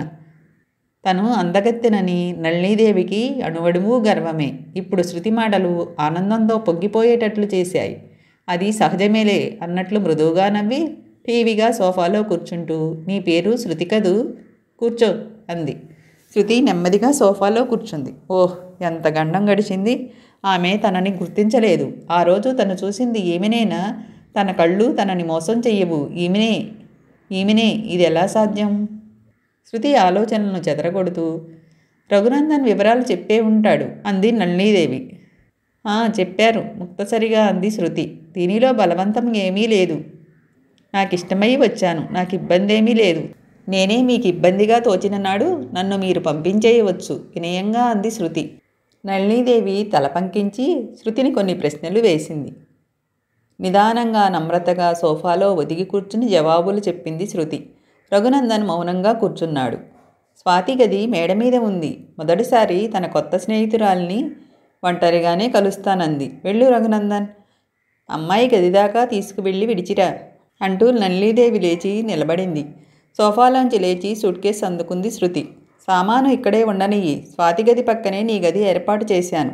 నౌకరు నీ గదిలో సామాను చేరుస్తాడు అంది నళినీదేవి. శృతి సూట్ కేసు కింద పెట్టింది. శృతిని దింపి ప్రైవేట్ రూమ్లోకి రా రఘునందన్, తూర్పువైపు పొలాల గురించి మాట్లాడాలి అంది నళినీదేవి. అలాగే అమ్మాజీ, గౌరవ మర్యాదలు ఉట్టిపడే స్వరంతో అన్నాడు రఘునందన్. శృతిని వెంటబెట్టుకుని రఘునందన్ మేడ మీదకు దారి తీశాడు. మేడమెట్లెక్కుతున్న శృతిని చూస్తూ, ఈ పిల్లకి సౌమ్యత, చదువు, చక్కదనం అన్నీ ఉన్నాయి అనుకుంది నళినీదేవి. ఇదే చిన్నమ్మగారుండే గది, లోపలికి వెళ్ళు. మేడమెట్లు ఎక్కి పైకి వచ్చిన రఘునందన్ ఓ గది ముందు ఆగి అన్నాడు. శృతి ఓ అడుగు ముందుకేసింది. మళ్ళీ కలుద్దాం అని రఘునందన్ వెనుదిరిగాడు. శృతి నెమ్మదిగా అడుగులేస్తూ గదిలో అడుగు పెట్టింది. అయితే గుమ్మం దాటుతూనే మరీ ముందుకు వెళ్ళక గుమ్మానికున్న కట్టెను పట్టుకుని నుంచుండిపోయింది. హంసతూలికా తల్పం లాంటి మంచం మీద దిండు ఆధారంతో ఓరగా కూర్చుని ఉంది స్వాతి. నళినీదేవి రూపురేఖలు ముమ్మూర్తులా పుణికిపుచ్చుకున్న స్వాతి గిలకల కింద దాకా చీర ఉండడం వల్ల ఆ కూర్చున్న భంగిమ అందంగా ఉంది, కానీ అవిటితనం తెలియనివ్వడం లేదు. ఎండకన్నెరుగని కన్నీ కావడం వల్ల కాబోలు మల్లెపువ్వులా తెల్లగా సుకుమారంగా ఉంది. స్వాతి కింద నుంచి పైదాకా శృతిని పరీక్షగా చూసి, ఆగిపోయావేం రా అంది.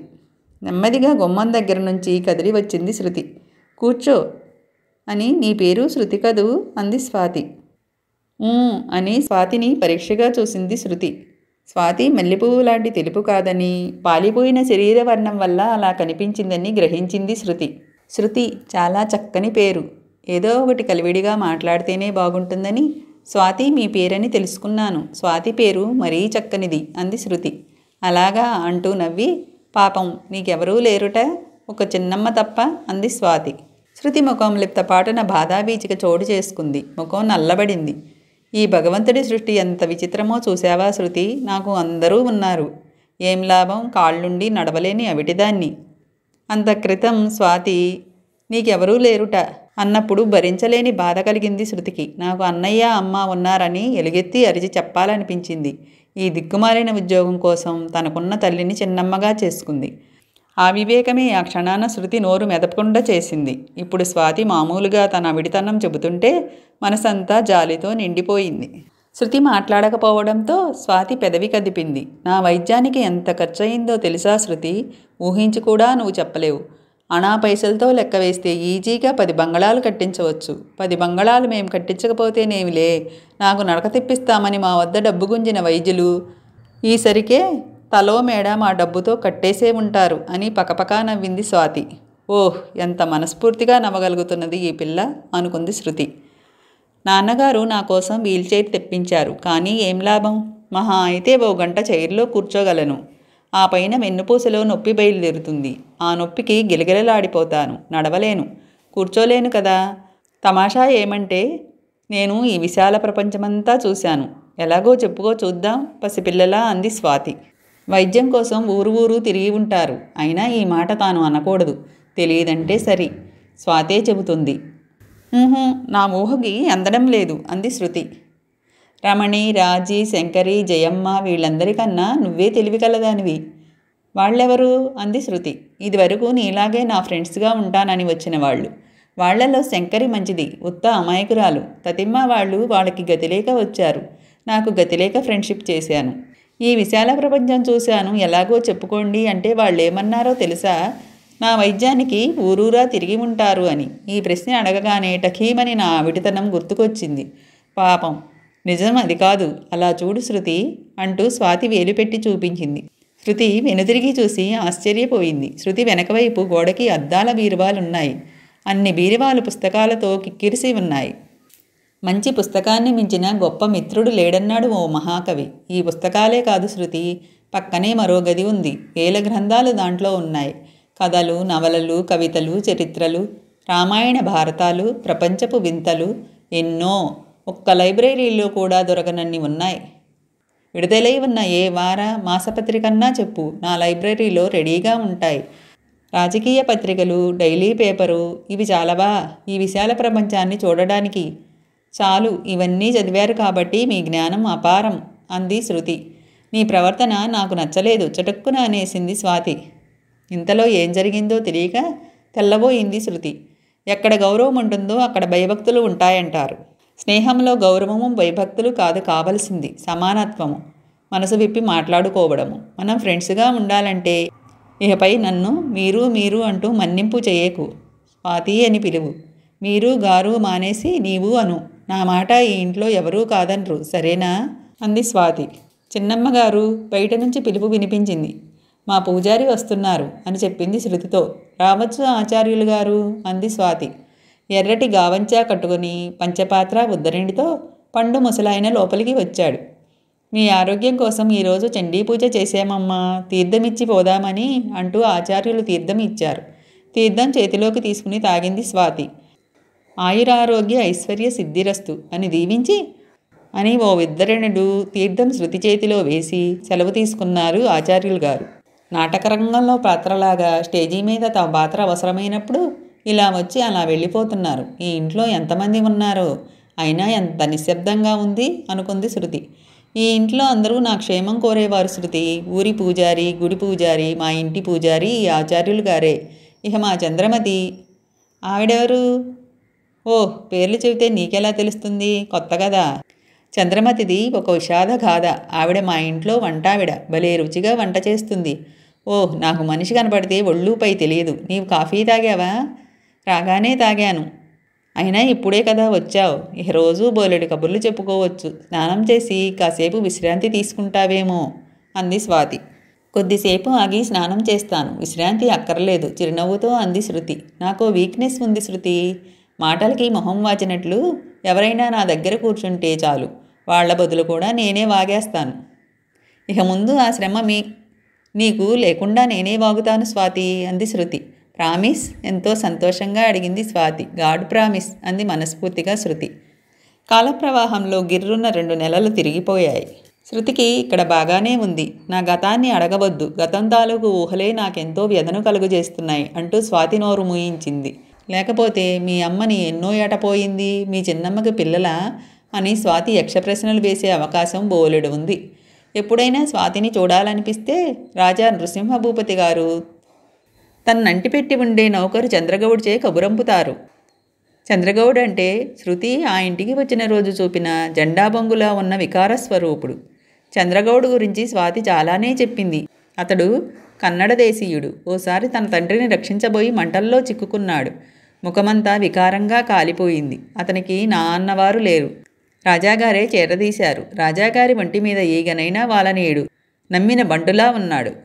రాజాగారి నుంచి కబురు రాగానే స్వాతి కోరికపై స్వాతిని వీల్చైర్లో కూర్చోబెట్టుకుని రాజాగారి గదిలోకి శృతి కూడా వెళ్ళింది.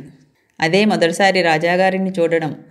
నళినీదేవికి 38కి మించి ఏళ్లు లేవు. కాబట్టి రాజాగారికి 50 లోపే వయసు ఉంటుందని అనుకుంది. శృతి అంచనా పొరపాటైంది. రాజాగారికి 69 ఏళ్ళు. అయితే దృఢకాయుడు కావడం వల్ల అంత వయసు ఉందా అనిపిస్తుంది. వెండి తీగలాంటి జులపాల జుట్టు, విశాలమైన నుదురు, పెద్ద మీసాలు, తీక్షణమైన చూపులు, సహజ గాంభీర్యంతో ఉన్న భారీ మనిషి కావడంతో చూడగానే ఎవరికైనా గౌరవభావం కలుగుతుంది. ముందుగా పెదవి కదపడానికి ధైర్యం కలగదు. అదేం దురదృష్టమో, ఏనాడు జిర్రున చీది ఎరుగని రాజాగారికి కొద్ది కాలం క్రితం పెరాలసిస్ వచ్చి ఓ కాలు ఓ చెయ్యి చచ్చుబడింది. ఒకటి వారి వైద్యాలు చేయించిన కించిత్ ప్రయోజనం కూడా కలగలేదు. శృతికి రాజాగారి విషయంలో మరో అంచనా కూడా పొరపాటు అయింది. ఒకటి వారి వయసు, మరొకటి వారి ఆరోగ్యం. రాజాగారి కూతుర్ని పలకరిస్తూ శృతిని కూడా పలకరించారు. దెబ్బతిన్న బిబ్బులిలా మంచంలో ఉన్న రాజాగారిని చూస్తే ఎవరికైనా కళ్ళల్లో నీళ్లు తిరుగుతాయి. రాజాగారి రూపం అలాంటిది. ఆ ఇంట్లో తలో రకం మనుషులు తలకో కదా అనిపించింది శృతికి. మొదట్లో వారానికి ఓ కార్డు ముక్క, 4 వాక్యాలు రాసేది తల్లికి. తను రాసిన లెటర్ ఎవరైనా చూస్తే అందుకే ముందు జాగ్రత్త పడింది. తర్వాత ఎవరికంటా పడకుండా రాసిన 2 ఠావుల లెటర్ని పోస్టు చేసింది. ఆ లెటర్ శ్రీదేవికి రాసింది. ఈ ఇంటి విషయాలన్నీ రాస్తూ తనకేం ప్రమాదం లేదని, కొన్నాళ్లాగితే తను నిజం చెప్పగలుగుతుందని, స్వాతి తనని అర్థం చేసుకుంటుందని రాసి ఫోన్ నెంబర్ కూడా రాసింది. ఫోన్ చెయ్యవద్దని హెచ్చరిక చేసింది. స్వాతి ఒక్కోసారి అతి అమాయకంగా ఉండేది, మరోసారి చాలా మేధావి అనిపించేది. అలగడం, చిన్నపిల్లల్లా పేచీ పెట్టడం చేసేది. శృతి అప్పుడు బుజ్జగించో లాలించో దారికి తీసుకొచ్చేది. అలాంటప్పుడు స్వాతి నువ్వు ఉత్త చెడ్డపిల్లవి అనేది. ఉన్నమాటే అంటూ నవ్వేది శృతి. నీకసలు కోపం రాదా? అదేదో చాలా పెద్ద విషయమైనట్లు ఆశ్చర్యపోయేది స్వాతి. వెంటనే తల్లి గుర్తుకు వచ్చేది శృతికి. ముక్కు చివరే ఉంటుంది కోపం, పిలిస్తే పలుకుతుంది. ఆడపిల్లకి అణుకువ ఉండాలి. శృతికి కోపం వచ్చినప్పుడల్లా తరచూ సీతమ్మ అనే మాట ఇది. ఏమిటి ఆలోచిస్తున్నావు? శృతిని కదుపుతూ అడిగింది స్వాతి. కథ అంది శృతి. కదా, అయితే చెప్పు అంటూ ఉత్సాహం చూపించింది స్వాతి. తరచూ స్వాతికి సినిమా కథలు, తనకు తెలిసిన కథలు చెబుతూ ఉండేది శృతి. కథలు, చదువు ఈ 2 ప్రాణం స్వాతికి. శృతి కథ మొదలు పెట్టింది. పూర్వం ఓ రాజుగారి దగ్గర బుద్ధిమంతుడైన ఓ నౌకరు ఉండేవాడు. ఆ నౌకరికి కోపం రావడం రాజుగారు ఎప్పుడూ చూడలేదు. ఇదే మాట గొప్పగా అందరితో చెప్పేవాడు రాజుగారు. ఇదంతా చూస్తుంటే మంత్రిగారికి ఒళ్ళు మంటగా ఉండేది. నౌకరు లేకుండా చూసి రాజుగారితో పందెం వేశారు మంత్రిగారు. ఏమని? అని అడిగింది స్వాతి. నౌకరికి బోలెడంత కోపం ఉంది, నిరూపిస్తాను అని. నిరూపించాడా? మంత్రిగారు చెప్పినట్లే ఆ పూట ప్రతిదానికి నౌకరు మీద విసుక్కొని కోపం ప్రదర్శించారు రాజుగారు. నౌకరు చిరునవ్వుతో ఎంతో ఓర్పుగా ఉన్నాడు. రాత్రయింది. కొలువు చాలించి నౌకరు ఇంటికి వెళ్ళాడు. మారువేషాలతో రాజుగారు మంత్రిగారు నౌకరు వెనకనే వెళ్ళారు. ఇంటికెళ్ళి నౌకరు పెళ్ళా మీద అనవసరంగా కేకలు వేస్తూ కోపడుతున్నాడు. అర్థమైంది. ఆ తర్వాత కదా నేను ఊహించి చెప్పగలను అంది స్వాతి. చెప్పు చూద్దాం అంది శృతి. అప్పుడు రాజుగారు మంత్రిగారు మారువేషాలు తొలగించి నౌకరు ముందుకొచ్చి, నీ ఓర్పంతా ఏమైందిరా, నీ కోపమే లేదనుకున్నానే అంటారు. అప్పుడు ఆ నౌకరు, మహారాజా, నేను మీ దగ్గర నౌకర్ని, యజమాని ఎన్ని అన్నా నౌకరు ఓర్పుగా పడి ఉండాలి, అందుకే ఉంటున్నాను అంటాడు. బాగానే ఉంది, నీ భార్య మీద అంత కోపం ప్రదర్శిస్తావేమిరా అని రాజుగారు అడిగారు. నా భార్యకు నేను యజమానిని, మీరు మీ నౌకరు మీద కోపం ప్రదర్శించినప్పుడు నేను నా నౌకరు మీద కోపం ప్రదర్శించడంలో వింతేముంది అంటాడు. అంతేనా కదా? కరెక్ట్గా చెప్పావు స్వాతి అని మెచ్చుకుంది శృతి. కథలు చదివి చదివి కొత్త కథల ముగింపు తెలిసిపోతున్నది. చదివినా అందరూ ముగింపు చెప్పలేరు. నువ్వు మేధావి అనే చెప్పవచ్చు. మేధావి అంటే గుర్తొచ్చింది. నీకు చెస్ తెలుసా? చెస్సా? చెస్ అదే చదరంగం. చెస్ తెలుసు, చదరంగము తెలుసు, రెండూ ఒకటేనని తెలుసు. ఆడడం అది తెలుసు. మరి ఇంతకాలం చెప్పలేదేం శృతి? నాకు చెస్ ఆడడం చాలా బాగా వచ్చు. నాతో ఆడేవారు లేక మూలన పడేశాను. చదరంగం కనిపెట్టింది ఎవరో కానీ మా గొప్ప ఆట. ఒక్కో కాయకి ఒక్కో పవర్. ఏ కాయకి ఆ కాయే గొప్ప. అన్ని కాయిన్స్లో దేనికి పవర్ ఎక్కువ? మంత్రికి టకీమని జవాబిచ్చింది శృతి. కాదు, రాజుకి. మంత్రి చనిపోయినా మిగతా కాయిన్స్తో ఆట ఆడవచ్చు. రాజుని కట్టేస్తే, అదేలే చంపేస్తే ఎన్ని బలగాలుండి ఏమి లాభం? నేనంత ఆలోచించలేదు స్వాతి. నీవు చెప్పిందే కరెక్టు అంది శృతి. ఇదైనా పూర్తి కరెక్ట్ కాదు శృతి. రాజులేని ఆట లేదు కాబట్టి మంత్రికే పవర్ ఎక్కువ అనుకోవాలి. పేరుకి రాజే గాని ఒక గడిని మించి జరగలేడు. తనని చంపేవాడిని చంపగల శక్తి ఉండి కూడా ఒక్కోసారి చంపలేడు. ఎదుటి పార్టీ సిపాయిలు రెండు మూలాలుగా ఉంటే ముందు సిపాయిని చంపితే రెండో సిపాయి రాజు ప్రాణం తీస్తుంది. అందుకని ఆఫ్టర్ ఆల్ ఒక సిపాయిగాడికున్న పవర్ రాజుగారికి లేనట్టే అంది స్వాతి. ఇది కరెక్టే. అన్నిటికన్నా కరెక్టు నీ మేధ. అవునన్నది కాదని, కాదన్నది అవునని మాటల చతురతతో నిరూపించగలవు మెచ్చుకోలుగా అంది శృతి. నన్ను పొగడటం తప్ప మరే పని లేదు నీకు అంటూ అప్పటికప్పుడు మూలపడేసిన చెస్ బోర్డు కాయిన్స్ తెప్పించింది స్వాతి. శృతి 4 కాయలు జరిపిందో లేదో స్వాతి గ్రహించింది. నువ్వు చాలా బాగా ఆడగలవు అంది మెచ్చుకోలుగా. నీకన్నానా స్వాతి అంది శృతి గుర్రపు ఎత్తు వేస్తూ. జయాపజయాలు దైవాధీనం అంటూ గుర్రం బారి నుంచి తన మంత్రిని తప్పించింది స్వాతి. ఆట చాలా పదునుగా సాగిపోతుంది. శృతి తన క్షేమ సమాచారాలు చిన్నమ్మకి రాస్తున్నట్టుగా శ్రీదేవి పేర రాస్తున్నది. అలాగే చిన్నమ్మ పేరుతో రాస్తున్నది శ్రీదేవి. వారి ఉత్తర ప్రత్యుత్తరాలు పరాయి వాళ్లకి అతి సామాన్యమైన విషయం మాదిరిగా కనిపిస్తాయి. కానీ వీరిరువురికి మాత్రం వాటి స్పెషల్ కోడ్ అర్థమవుతుంది. ఆ రోజు శ్రీదేవి దగ్గర నుంచి అలాంటి ఉత్తరమే అందింది. చిరంజీవి శృతికి, చిన్నమ్మ వ్రాయినది. ఈ నెల నీవు పంపిన డబ్బు అందినది. 5వ తారీఖు తర్వాత అందే విధంగా పంపించావు. నీకోసం నేనెంత ఖర్చు పెట్టానో కాస్త ఆలోచించు. ఇకపై ఆలస్యం చేయవద్దు. నా కీళ్ల నొప్పుల బాధ అలాగే ఉన్నాయి. వయసు మీద పడుతుంటే ఆరోగ్యం ఎక్కడి నుంచి వస్తుంది? నా చాదస్తం కొద్దీ రాయడమే కానీ నా ఇది ఎవరికి కావాలే? 4 రోజుల క్రితం సిద్ధయ్య తిరిగి వచ్చాడు. సిద్ధయ్య అసలు నీకు గుర్తున్నాడా? అదే సీతాలు పెద్ద కొడుకు సిద్ధయ్య. కొన్నాళ్ల క్రితం ఇంట్లో వాళ్ళు తన మీద నేరం మోపారని కోపమొచ్చి ఇల్లు విడిచిపోయాడు వాడు. ఉన్న ఉద్యోగమూ పోయింది. ఇప్పుడు దిగులో ఏమిటో ఇల్లు కదలడం లేదు. రాగానే నిన్ను అడిగాడు. నీకేం హాయిగా ఉన్నావని చెప్పాను. నిన్ను చూడాలని ఉందట. వెదవచనువు 4 కేకలేశాను. లేకపోతే వచ్చినా వస్తాడు. దేశదిమ్మరికేముంది? ఇదెందుకు రాస్తున్నానంటే ఇదివరకు నా పెంపకంలో ఉన్నావు కాబట్టి. వాడిని అన్నయ్య అని వీడిని తమ్మయ్య అని పూసుకు తిరిగినా నేను జాగ్రత్తలు చెబుతూ ఉండేదాన్ని. ఇప్పుడు ఒంటరిగా ఉన్నావు. ఆడపిల్లవి. ఎవరితో ఎంతవరకు ఉండాలో అంతవరకే ఉండు. ఈ ముసలిదాని మాట వినేదేమిట్లే అని నిర్లక్ష్యం చేయకు. నీ కాళ్లపై నీవు నిలబడగల శక్తి వచ్చింది కదా అని పిచ్చివేషాలు వేయకు. నీ చిన్నమ్మదయ్యే లేకపోతే వీధులు పాలయ్యేదానివి. ఇంట్లో అందరికీ తలో రోగము. అడ్డెడు తప్పాలకే రోగములే అని ఓ సామెత ఉంది. అలా ఉంది నా పరిస్థితి. 2 పిల్లలున్నారు. ఇంకా ఒక్కరూ చేతికి రాలేదు. నువ్వు పంపే ఆ 4 రాళ్లే కొంత ఆధారము. నెల నెలా తొందరగా అందేలా డబ్బు పంపుతూ ఉండు.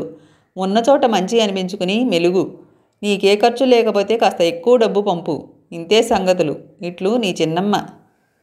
ఒకసారి కాదు, రెండుసార్లు కాదు, పైనుంచి కింద దాకా గబగబా ఏ 10 సార్లో ఆ లెటర్ చదివింది శృతి. ఆ లెటర్ మరొకరి చేతిలో పడ్డా ఎవరూ అనుమానించరు. ఆ జాగ్రత్త ముందే తీసుకుంది శృతి.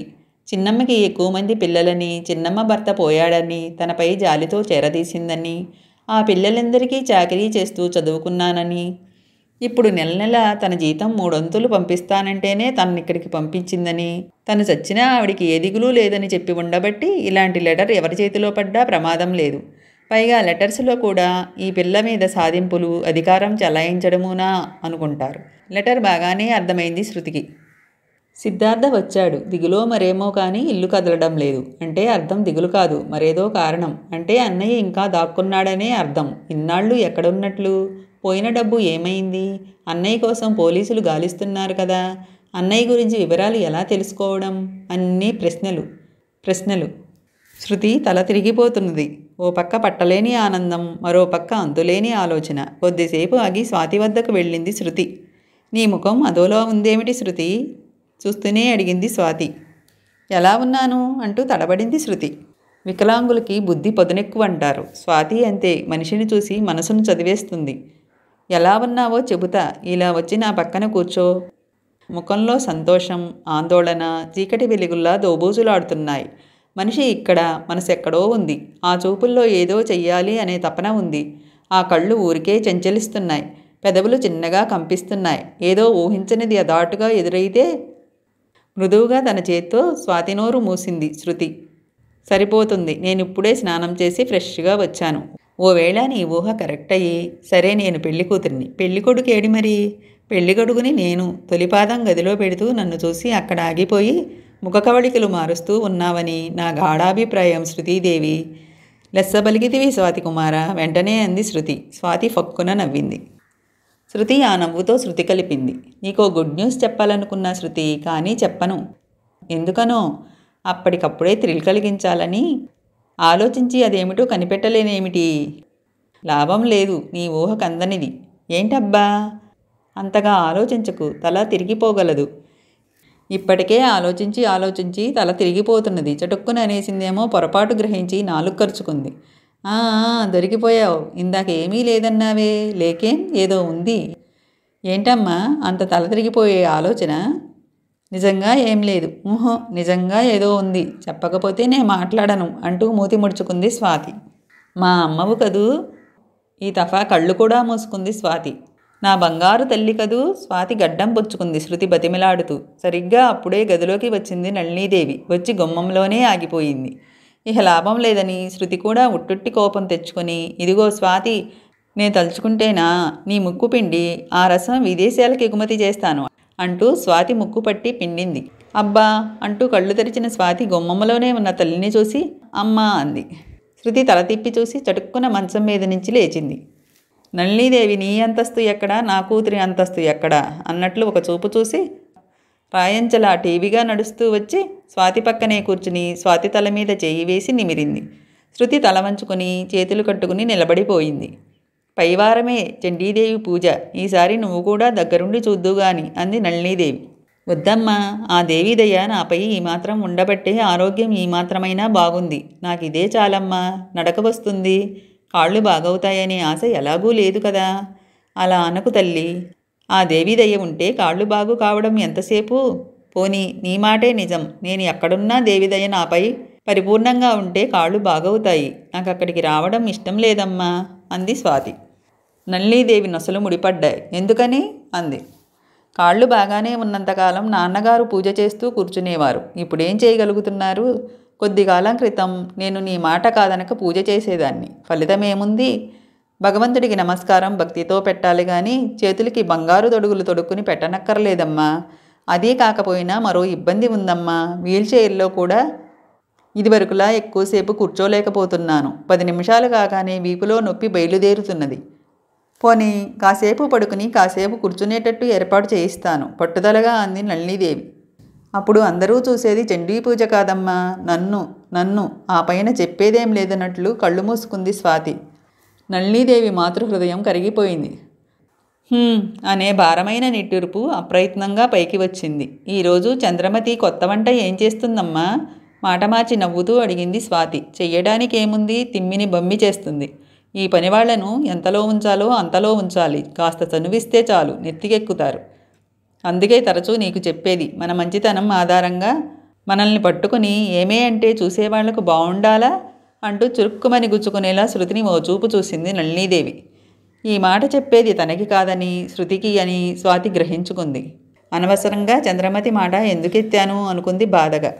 నళినీదేవి ఏ ఉద్దేశంతో అందో శృతికి బాగానే అర్థమైంది. ఒకసారి నళినీదేవి శృతిని మందలించింది. కారణం ఆవిడ ముందు శృతి స్వాతిని నీవు నీవు అంటూ ఏకవచనంతో మాట్లాడింది. స్వాతి అని పిలిచింది కూడా. బొడ్డు కోసి పేరు పెట్టినట్లు పేరుతో పిలుస్తున్నావే, చిన్నమ్మగారనో చిన్నమ్మాయి గారనో పిలువు. మీరు అను, నీవు అనకు ఇహపై ఆజ్ఞాపిస్తున్నట్లే అంది నళినీదేవి అప్పుడు. నా ఇష్టంతో అలా పిలుస్తున్నదమ్మా. అలా పిలవంది నా ఫ్రెండ్ ఎలా అవుతుంది? ఇది నా ఇష్టానికి వదిలేయి, లేకపోతే శృతిని పంపించేయి అంది స్వాతి కాస్త గట్టిగానే. అక్కడితో నళినీదేవే తగ్గింది. ఇందాక తనొచ్చినప్పుడు స్వాతి ముక్కు శృతి పట్టుకుని ఆడించడం చూసి సమయానుకూలంగా ఇప్పుడు ఓ మాట విసిరింది. నళినీదేవికి నిలువెల్లా గర్వమే అని, కఠినాత్మురాలని, రూపం మాత్రం మృదువైన పువ్వులాంటిదని శృతి ఇక్కడికి వచ్చిన కొద్ది రోజుల్లోనే తెలుసుకుంది. ఇదే కాక చాటుగా నళినీదేవి రఘునందన్ల ప్రవర్తన చూసింది. ఇంకా ఆ ఇంటి కొన్ని రహస్యాలు అవగాహన చేసుకుంది. ఏమీ తెలియనట్లు ఆ పైన చాలా జాగ్రత్త వహించింది. ఇప్పుడు నళినీదేవి అన్నందుకు కించిత్ కూడా బాధపడలేదు శృతి. మరి కొద్దిసేపు స్వాతితో మాట్లాడి గది విడిచిపెట్టి వెళ్ళిపోయింది నళినీదేవి. అమ్మ మాటలు పట్టించుకోవద్దు శృతి, జాలిగా అంది స్వాతి. ఈ పిల్లతో ఏమొచ్చినా పట్టలేమమ్మా, అందరూ తనలాంటి శృతిమెత్తని వారే అనుకుంటుంది అంటూ శృతి మళ్ళీ స్వాతి పక్కనే మంచం మీద కూర్చుని బుగ్గ పిండింది. ఈ సంగతి ఇంతటితో వదిలేయి, చండీ పూజ దాని కథా కామామిషు చెప్పు చిరునవ్వుతో అంది. శృతి నవ్వుముఖం చూడగానే స్వాతి అంతా మర్చిపోయింది. పైవారం జరపబడే చండీ పూజ వివరాలు ఉత్సాహంగా చెప్పడం మొదలుపెట్టింది. చండీ పూజ రోజున ఈ ఇంట్లో అంతా పూజ చూడడానికి గుడి దగ్గరకు వెళతారు. ఆ టైంలో వీలైతే శ్రీదేవికి ఫోన్ చేయవచ్చు. ఫోన్లో వివరాలు చాలానే తెలుస్తాయి. ఆ దేవుడు కాదు ఆ చండీదేవి దయ తన మీద ఉంటే కింద హాల్లో ఫోనున్న గదిలో ఎవరూ ఉండరు. ఫలానా రోజున వీలైతే ఫోనులో మాట్లాడతానని శ్రీదేవికి లెటర్ రాయాలి. స్వాతి చెప్పేది వింటూ శృతి పై విధంగా తన ప్లాను ఆలోచించింది. స్వాతి చెప్పడం ముగించి, ఈ రఘునందన్ మేనేజర్ అనుకుంటున్నాడో, ఈ ఇంటి యజమాని అనుకుంటున్నాడో, నువ్వు వచ్చిన తర్వాత పత్రికలకి చందా కట్టడం వగైరా పోస్టు పనంతా నీకు అప్పగించాడు అంటూ విసుక్కుంది. పర్వాలేదు, ఇలాంటి చిన్న పనులు చేయాలంటే పెద్ద పెద్ద పనులు చేసేవారికి బద్ధకం. నేనేదో పెద్ద శ్రమ పడడం లేదు కదా అంది శృతి. నీవు వచ్చే ముందే డైరీ తిరగేశాను. ఓ వారపత్రికకి 2 మాసపత్రికలకి ఈ వారంలోనే చందా డబ్బు కట్టాలి. టైం అయిపోయింది. న్యూకాల్ పబ్లికేషన్ చందా డబ్బు కట్టాలి. న్యూకాల్ పబ్లికేషన్ వారికి లెటర్ రాసి కొత్త వాటిని 8 నవలలు ప్రచురించారు. మరికొన్ని చోట్లకి లెటర్స్ రాయాలి అంటూ లిస్టు చెప్పింది స్వాతి. నేనే అన్నీ స్వయంగా రేపే చేస్తాను. ఇప్పటికి 2 సార్లు పోస్టాఫీస్ చూశాను. కొత్తేం లేదు. నేనే పోస్టాఫీస్కి వెళ్ళి పనంతా పూర్తి చేస్తాను అంది శృతి. ఈ రాత్రికే వివరంగా లెటర్ రాసి వాటితో పాటు స్వయంగా తను పోస్టులో పడేయాలి అనుకుంది వచ్చిన అవకాశానికి సంతోషిస్తూ శృతి. ఏదైనా హిందీ సినిమా కథ చెప్పవు అంది స్వాతి. శృతి తను చూసిన సినిమాలు ఇక్కడికి వచ్చిన తర్వాత కళ్ళకు కట్టేటట్లు స్వాతికి చెప్పింది.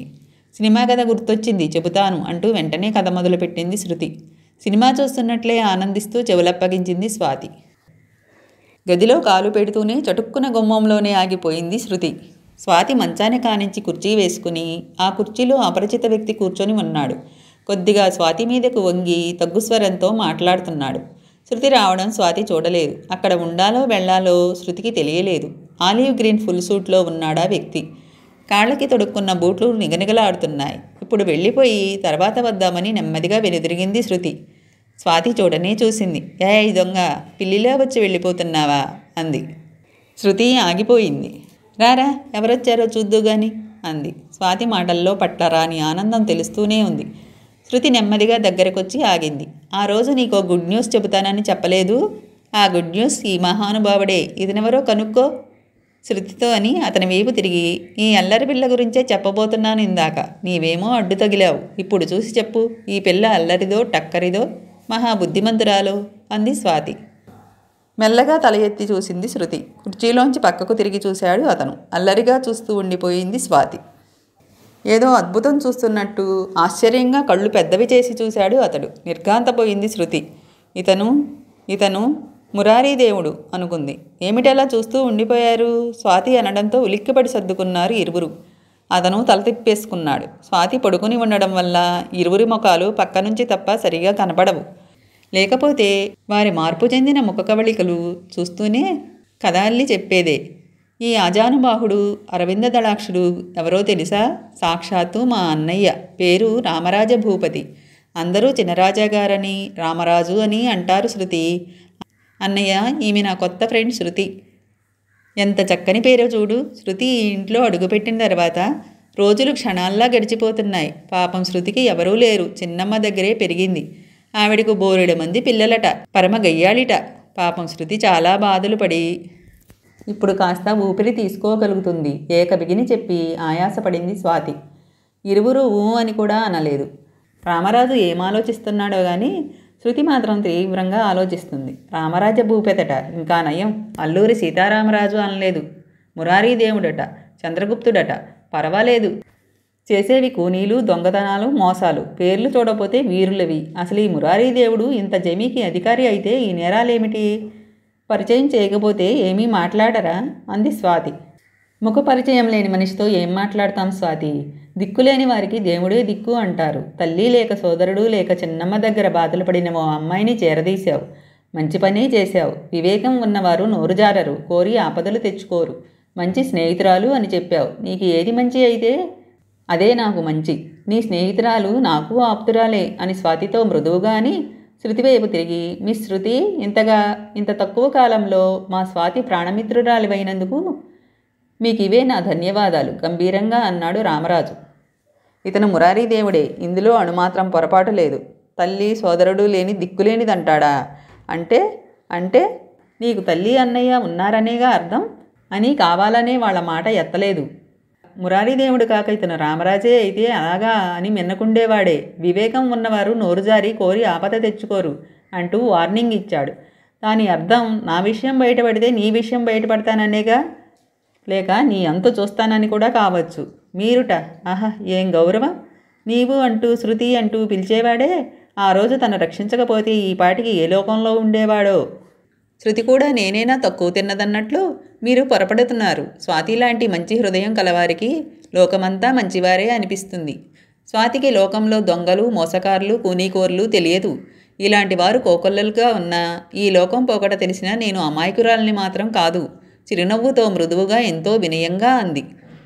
అమాయకత్వం అని ఎవరన్నారు? మంచివారని కదా అన్నది.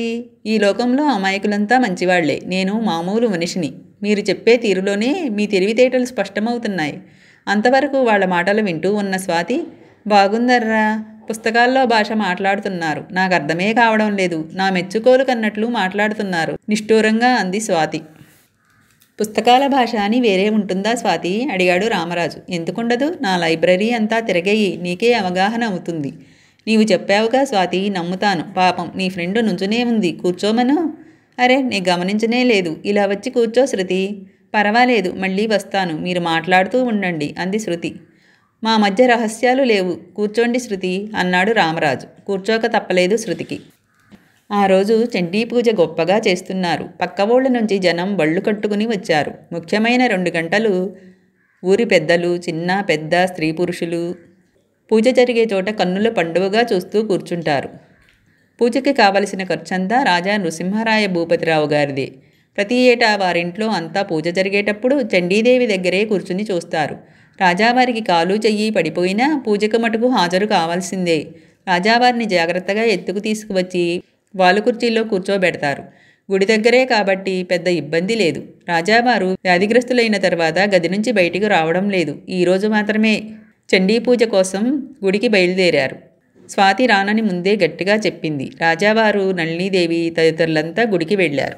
ఒక్కసారి నువ్వు వెళ్ళి చూసిరా. నేనంటే లేవలేను. నా కోసం దేవీ పూజ చూడడం మానేస్తే ఆ దేవి నన్నే శిక్షిస్తుంది. ఎక్కడున్నా సరే ఈరోజు అన్నయ్య ఇక్కడ ఉండాల్సిందే. మేమే కాదు, మా ఇంట్లో ఎవ్వరం మానేయం. వెళ్ళు శృతి అంటూ బలవంతం చేసింది స్వాతి. శృతి ఈ సమయం కోసమే చూస్తున్నది. అలాగేనని చకచకా కిందికి దిగి వచ్చింది. అటూ ఇటూ చూసి ఎవరూ లేరని నిర్ధారణ చేసుకుని ఆఫీస్ గదిలో దూరింది. ఆ గదిలోంచి వీధి గేటు కనిపిస్తుంది. ఎవరైనా వస్తే ముందే తెలుస్తుంది. జాగ్రత్తగా యువతలకొచ్చేయవచ్చు. వంటావిడ చంద్రమతి వంటగది దాటి బయటికి రాదు. పనివాళ్లు ఆ గది ఛాయలకు రారు. రాజాగారితో పాటు నళినీదేవి, రామరాజు, మేనేజరు, ఆ ఇంట్లోని మరికొందరు గుడి దగ్గర ఉన్నారు. శ్రీదేవికి ఫోను చేయడానికి ఇంతకన్నా మంచి సమయం కానీ అవకాశం కానీ చిక్కదు. ముందే లెటర్లో వివరం రాయబట్టి శృతి ఫోను చేయగానే అక్కడ ఫోను దగ్గర రెడీగా ఉన్న శ్రీదేవి పలికింది. ఓహ్ శృతి, ఎన్నాళ్లయింది నీ గొంతు విని అంది శ్రీదేవి. శ్రీ, ఇప్పుడు మనం కులాసా కబుర్లు కాదు మాట్లాడుకోవలసింది. ఫోను చేయడానికి చిక్కిన ఈ కొద్ది సమయం సద్వినియోగం చేయాలి. అమ్మ ఎలా ఉందో, అన్నయ్య విశేషాలు వివరంగా చకచకా చెప్పేయి అంది శృతి. ఎవరైనా వస్తారేమో అని చూపులు వీధివైపే ఉంచింది. ఓ రోజు రాత్రి నేను నిద్రపోతుంటే కిటికీ దగ్గరకొచ్చి ఇష్ ఇష్ అంటూ శబ్దం చేశాడు సిద్ధు. కళ్ళు విప్పి చూసి దొంగేమో అనుకున్నా. అప్పుడు నెమ్మదిగా తన పేరు చెప్పాడు సిద్ధు. నేను లేచి వచ్చాను. అసలు జరిగింది ఏమిటంటే, శ్రీదేవి ఫోన్లో సిద్ధార్థ విషయం చెప్పుకుపోతున్నది. శృతి జాగ్రత్తగా ఫాలో అవుతున్నది. సిద్ధార్థ డ్యూటీలో ఉన్నప్పుడు ఓ రోజు కొందరు కొత్తవాళ్లు వచ్చి 2 గూడ్స్ వ్యాగన్లలో కొన్ని ప్యాకేజీ పెట్టెలు, బియ్యం బస్తాలు వచ్చాయని, వాటిని డెలివరీ చేసి తీసుకువెడతామని చెప్పారు. అప్పటికి టైం అయిపోవడం వల్ల రేపొచ్చి తీసుకెళ్ళండి అని మంచిగా సిద్ధార్థ చెప్పాడు. వాళ్ళు ఇప్పుడే తీసుకువెడతామని బతిమిలాడారు. లంచం పెద్ద మొత్తం ఇవ్వజూపారు. సిద్ధార్థకి అనుమానం వచ్చి స్టేషన్ పోలీసులకి ఫోన్ చేశాడు. ఇది గ్రహించి వాళ్ళు చల్లగా జారుకున్నారు. పోలీసులు వచ్చారు. గూడ్స్ వ్యాగన్లో సామాను చెక్ చేశారు. బస్తాల్లో ఉంది బియ్యం కాదు, ప్యాకేజీ పెట్టెల్లో ఉంది ప్లాస్టిక్ సామాను కాదు. పైన పేర్చినవి ఒకటి, లోపలి సామాను వేరొకటి. ప్రభుత్వ అనుమతి లేకుండా చేరవేస్తున్న స్మగుల్డ్ వస్తువులు. అవి మొత్తం 1,00,000 పైన ఖరీదు చేస్తాయి. బ్లాకులో ఇంకా ఎక్కువ. కొత్త అడ్రస్తో వచ్చిన కొత్త వాళ్ల ఆచూకీ తెలియలేదు. సామాను గవర్నమెంట్ స్వాధీనం చేసుకుంది. ఆ కథ అంతటితో ముగిసింది. కొత్త కథ మొదలైంది. ఆ కొత్త వాళ్ళు ఓ దొంగల ముఠాకి సంబంధించిన వాళ్ళు. భారీ ఎత్తున స్మగ్లింగ్ చేస్తుంటారు. సిద్ధార్థ వద్ద వాళ్ళ ఆట సాగలేదు. 1,00,000 రూపాయల పైగా నష్టం. సిద్ధార్థ మీద పగబట్టారు వాళ్ళు. పటిష్టమైన ప్లాన్ వేశారు. నరహరి, మురహరి అనేవాళ్ళు మధ్య మధ్య సిద్ధార్థ వద్దకు వచ్చి అతని డ్యూటీలో పళ్ళబుట్టలు లాంటివి పార్సిల్ చేసి పంపిస్తూ ఉండేవారు. సిద్ధార్థతో మంచిగా పరిచయం పెంచుకున్నారు. సమయం కోసం చూస్తున్నారు. ఒకరోజు 3 లక్షల క్యాష్ ఇనప్పెట్టిలో ఉండడం, అదే రోజు సిద్ధార్థ డ్యూటీలో ఉండడం తెలుసుకున్నారు. స్టేషన్ మాటు మణిగిన తర్వాత నీతో మాట్లాడాలి. అలా నడుస్తూ మాట్లాడుకుందామని ఒకతను వచ్చి పిలిచాడు. అతను మురహరి. తెలిసిన అతనే కాబట్టి సిద్ధార్థ అసిస్టెంట్ చంద్రంతో చెప్పి బయటికి వెళ్ళాడు. అటు నుంచి గూడ్స్ బండి అడ్డం ఉంది. నరహరి, మురహరి సిద్ధార్థ ముక్కుకి కర్చీఫ్ అదిమి పెట్టారు. మత్తువాసన పీల్చి సిద్ధార్థ పడిపోయాడు. గూడ్స్ బండి అవతల వైపు జరిగింది. యువతల ఎవరూ గమనించడానికి ఆస్కారం లేదు. సిద్ధార్థను అక్కడే వదిలేసేవాళ్లే. అసిస్టెంట్ ఉన్న గదిలోకి వచ్చి అతన్ని వెనకవైపు నుంచి మత్తువాసన చూపి ఎనపెట్టెలో ఉన్న డబ్బంతా తీసుకున్నారు. డబ్బుతో పాటు సిద్ధార్థని ఎత్తుకెళ్లారు. లోకానికి నిజమేం తెలుసు? సిద్ధార్థ లక్షలతో పరారయ్యాడని అనడం తప్ప. సిద్ధార్థని ఓ రహస్య గృహంలో ఉంచారు. తిండి మాత్రం పెట్టేవారట. ఇటు సిద్ధార్థ మీద పగ తీర్చుకున్నట్టు ఉంటుంది, అటు నేరం అతని మీద ఉంటే తమ మీద అనుమానం రాదని వాళ్ళ ప్లాను. వాళ్ల ప్లానే కరెక్ట్ అయింది. లోకం, పోలీసులు అంతా సిద్ధార్థే నేరస్తుడన్నారు. ఎన్నోసార్లు సిద్ధార్థ పరారీ కావడానికి చూశారు. ప్రయత్నం ఫలించలేదు. దొంగలు మరో పని కూడా చేశారు. సిద్ధార్థ ఒకడిని హత్య చేయబోతూ ఉండగాను చేసిన తర్వాత ఫోటోలు తీశారు. అది నిజం హత్య కాదు. సిద్ధార్థని తమ గుప్పెట్లో ఉంచుకోవడానికి సినిమా సెట్టింగులాగానే వేసి సిద్ధార్థ చేత బలవంతాన యాక్షన్ చేయిస్తూ ఫోటోలు తీశారట. సిద్ధార్థని భయపెట్టి అలా చేశారు వాళ్ళు. భయపెట్టింది ఏమిటంటే నిన్ను మీ అమ్మను ఎత్తుకొచ్చి నీ కళ్ళ ముందే నరకయాతనలు పెడతామని. సిద్ధార్థ భయపడి వాళ్ళు చెప్పినట్లు నటించాడుట. ఒకరోజు అర్ధరాత్రి ఒకతను మీ అన్నయ్య గది దగ్గరకు వచ్చి తాళం తీశాడట. ఇంతలో ఎవరో వస్తున్న చప్పుడైంది. మీ అన్నయ్యని ఫలానా మార్గం గుండా పారిపోమ్మని చెప్పి కంగారుగా అతను వెళ్ళిపోయాడట. అతను మనిషి కాదు, భగవంతుడే ఆ రూపంలో వచ్చి నన్ను ఆ నరకకోపం నుంచి విముక్తుడిని చేశాడని సిద్ధార్థ అంటున్నాడు. ప్రస్తుతం సిద్ధార్థ బయటికి వస్తే ఇటు పోలీసులు అటు దొంగలు తరిమి పట్టుకుంటారు. సిద్ధార్థ నేరం చేయలేదనడానికి ఆధారాలు లేవు. నిజం చెప్పినా పోలీసులు నమ్మరు. ఈ అబద్ధం బతుకు, ఈ చాటు బతుకు ఎన్నాళ్ళని మరోవైపు ఉంది. సిద్ధార్థ ప్రస్తుతం ఒక నిర్ణయానికి వచ్చాడు. ఆ రోజు అంటే పారిపోయి వచ్చే రోజు అతనెవరో తలుపు తీసి పారిపోమ్మని చెప్పాడు కదా. సిద్ధార్థ చాటుచాటుగా నక్కుతూ పైకి వచ్చాడట. తనని ఓ భూగృహంలో బంధించారుట. పైకి రాగానే పెద్ద కారు ఉందట. మనుషుల అలికిడి ఎక్కువగా ఉంది. పైగా కొందరు దూరం దూరంగా తిరుగుతూ కనిపించారట. వాళ్ళని తప్పించుకుని బయటపడడం కష్టమని అలా గోడచాటుగా నడుస్తూ వచ్చి ఓ లారీలో ఎక్కి దాక్కున్నాడట. నిండు లోడ్ లారీ అది. కొద్దిసేపట్లో అది బయలుదేరిందట. సిద్ధార్థ దాదాపు ఓ గంట లారీ మీద సామానుల మధ్యలో ఉన్నాడట. తర్వాత వీలు చూసుకుని బయటపడ్డాడు. అసలు విషయం ఏమిటంటే ఆ తొందరలో తనను బంధించిన ఇంటిని గుర్తుపెట్టుకోలేదు. ఆ పరిసర ప్రాంతాలు తెలియవు. బాగా గుర్తున్నదల్లా కారు గ్యారేజ్. ఎలా అయినా సరే కష్టపడి చాటుగానే తిరిగి ఆ ఇల్లు కనిపెడతాను. అదో పెద్ద దొంగల నివాసం. పైకి ప్రపంచానికి తెలియకుండా నాటకం ఆడుతున్నారు. ఆ ఇల్లు కనిపెట్టిన తర్వాత అప్పుడు పోలీసులకు నిజం చెప్పి ఓ నాటకం ఆడి వాళ్లను పట్టిస్తాను. నాకు విముక్తి కలుగుతుంది. అందాక ఓ దొంగలా ఈ చాటుకు బతుకు బతకాల్సిందే అంటున్నాడు సిద్ధార్థ. అంతవరకు వివరంగా ఫోన్లో చెప్పింది శ్రీదేవి. మరి అన్నయ్య ఉండడం అంది శృతి. మీ అమ్మగారి దగ్గరే. ఎవరికీ తెలియకుండా ఎలా సాధ్యమవుతుంది? మీ నాన్నగారు ఏమన్నారు? వారికి తెలుసా? ఆదుర్దాగా అడిగింది శృతి. మొదట ఏమైందంటే సిద్ధుకి ఇక్కడ విశేషాలు తెలియక మీరున్న క్వార్టర్స్ దగ్గరికి వెళ్ళాడట. అప్పుడు ఎంత ప్రమాదం తప్పిందో తెలుసా అంటూ ఆ రోజు జరిగింది చెప్పబోయింది శ్రీదేవి. వీధి గేటు తీసుకుని లోపలికొస్తూ మరో నౌకరు సూరయ్య కనిపించాడు. శృతి వెంటనే శ్రీ ఫోన్ పెట్టేస్తున్నాను, అవకాశం వచ్చినప్పుడు మాట్లాడతాను, అవతల మనుషులు వస్తున్నారు అంటూ రిసీవర్ క్రెడిల్ మీద ఉంచి గిరుక్కున వెనుదిరిగింది శృతి. ఒక్కసారిగా శృతి గుండె ఆగినట్లయింది. కిటికీ దగ్గర పొంచి ఉండి ఎవరో తన ఫోన్ సంభాషణ వింటున్నట్లు తను వెనుదిరగడంతో గబుక్కున కిటికీలోంచి తప్పుకున్నట్లు నీడ కదిలినట్లయింది. శృతి పరుగున గదిలోంచి బయటకు వచ్చింది. కిటికీ అవతల గుమ్మానికి అందంగా వేలాడదీసిన గాజు పూసలు చిరుశబ్దం చేస్తూ కదులుతున్నాయి. బరువైన వ్యక్తి కానీ వస్తువులు కానీ లోపలికి కానీ బయటకు కానీ వస్తే పూసలు కదులుతాయి. శృతి అనుమానం నిజం చేస్తూ ఆ గాజు పూసలు కదులుతున్నాయి అంటే ఎవరో కిటికీ దగ్గర నుంచి 2 అంగల్లో ఆ గుమ్మం దగ్గరికి వెళ్ళి ఆ గుమ్మం నుంచి లోపలికి వెళ్ళారు. దానికి ఆధారం కదులుతున్న గాజు పూసలు. ఎవరో తను ఫోన్ చేయడం చూశారు. అంతేకాదు తన మాటలు కూడా విన్నారు. రూఢీ చేసుకుంది శృతి. ఆ గదిలోంచి బయటకు వెళ్ళడానికి పక్క గదిల్లోనికి వెళ్ళడానికి బోలెడు తోవలున్నాయి. వెతకడం అనవసరపు శ్రమ. జరగబోయేదాన్ని ధైర్యంగా ఎదుర్కోవడం తప్ప చేసేదేమీ లేదు. కానున్నది కాకమానదు. శృతి మొండిగా ఓ నిశ్చయానికి వచ్చి మేడమెట్లు ఎక్కింది. స్వాతి గదిలోకి వెళ్ళింది. తర్వాత కానీ తను చేసిన పొరపాటు తెలిసి రాలేదు శృతికి. అదేం అప్పుడే వచ్చేసావు? శృతిని చూస్తూనే అడిగింది స్వాతి. కింద వరకు వెళ్ళాను, ఆ పైకి వెళ్ళలేకపోయాను. శృతి తెలివిగా బొంకింది. ఏం జరిగింది?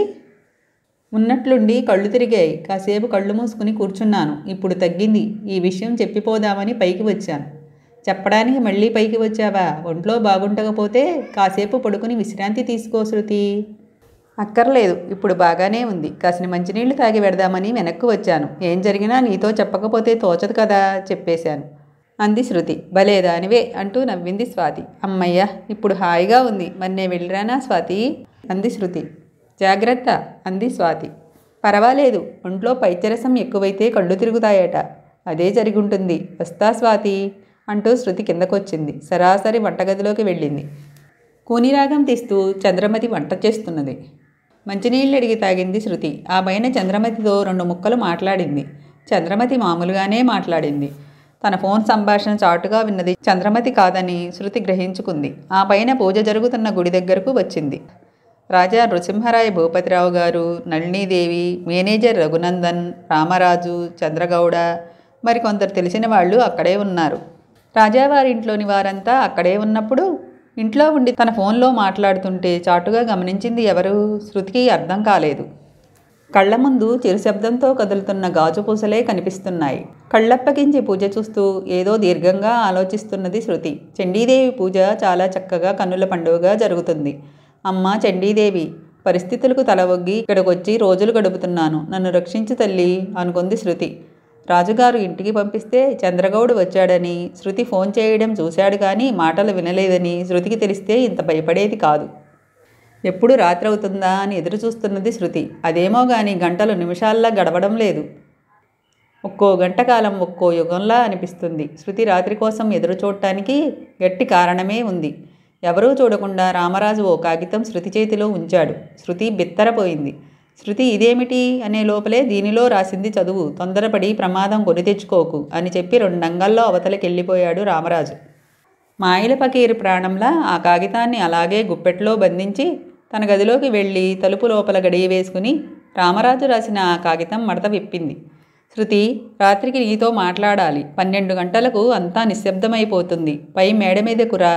నీతో చాలా విషయాలు మాట్లాడాలి. 2 రోజులు బట్టి చూస్తున్నాను, వీలు కాలేదు. రాత్రిళ్ళు నీవేమో లోపల గడియ బిగించుకుని పడుకుంటున్నావు. నీవు చాలా వివేకం కలదానివి, తెలివిగా ప్రవర్తించి రావలసింది. అంతవరకే రాసి ఉంది. కింద సంతకం లేదు, ఓ అడ్డగీత ఉంది. అది చదవగానే పేరురాయిని పిరికివాడు అనుకుంది శృతి. ఈ మోసగాడిని నేనెందుకు అర్ధరాత్రి కలుసుకోవాలి అనుకుంది. నిమిషానికో పేరు, నిమిషానికో వేషం, ఇలా చాలా చాలా అనుకుంది. ఆ రోజు రాత్రి కాలికి గాయమై దిక్కు మొక్కు లేక తన శరణు వేడి, పోనీ భయపెట్టి అనుకుందాం, అటక మీద దాక్కున్నాడు. దొంగ, కూనీకోరు. అలాంటివాడు ఇక్కడ చిన్న జమీందారులా వెలిగిపోతున్నాడు. అదెలా సాధ్యం? ఇక్కడ ఉన్న చిన్న జమీందారుని చంపి అతని స్థానంలో చేరి ఆస్తి కాజేద్దామని చూస్తున్నాడేమో. అదే నిజం కావాలి. తనెక్కడ గుట్టు బయటపడేస్తాను అని భయపడి ఈ రాత్రికి మేడ మీద కలవమని రాశాడు. ఆ మోసగాడి మాట వినడానికి తను చస్తే వెళ్ళకూడదు. పోనీ వెళితే మరో కళ్ళబొల్లి కథ చెబుతాడేమో. చెబుతాడేమిటి? చెప్పడం ఖాయం. అతను రామరాజు కాదు, ఒక కూనీకోరు. పేరు మురారీదేవుడని తను చెబితే ఎవరూ నమ్మరు. లేనిపోనిది తన మీదికి ఏదైనా రావచ్చు. చివరికి రాత్రికి వెళ్ళటానికే నిశ్చయించుకుంది శృతి. ఎప్పటికో రాత్రి అయింది. 12 దాటిన తర్వాత తన గదిలోంచి నెమ్మదిగా బయటికి వచ్చింది శృతి. మేడపైకి వెళ్లే మెట్ల దగ్గర ఉన్నాడు రామరాజు. దొంగతనానికి ఎవరింట్లోనో ప్రవేశిస్తున్నట్లు ఏమాత్రం చప్పుడు కాకుండా మేడమెట్లు ఎక్కారు ఇరువురు.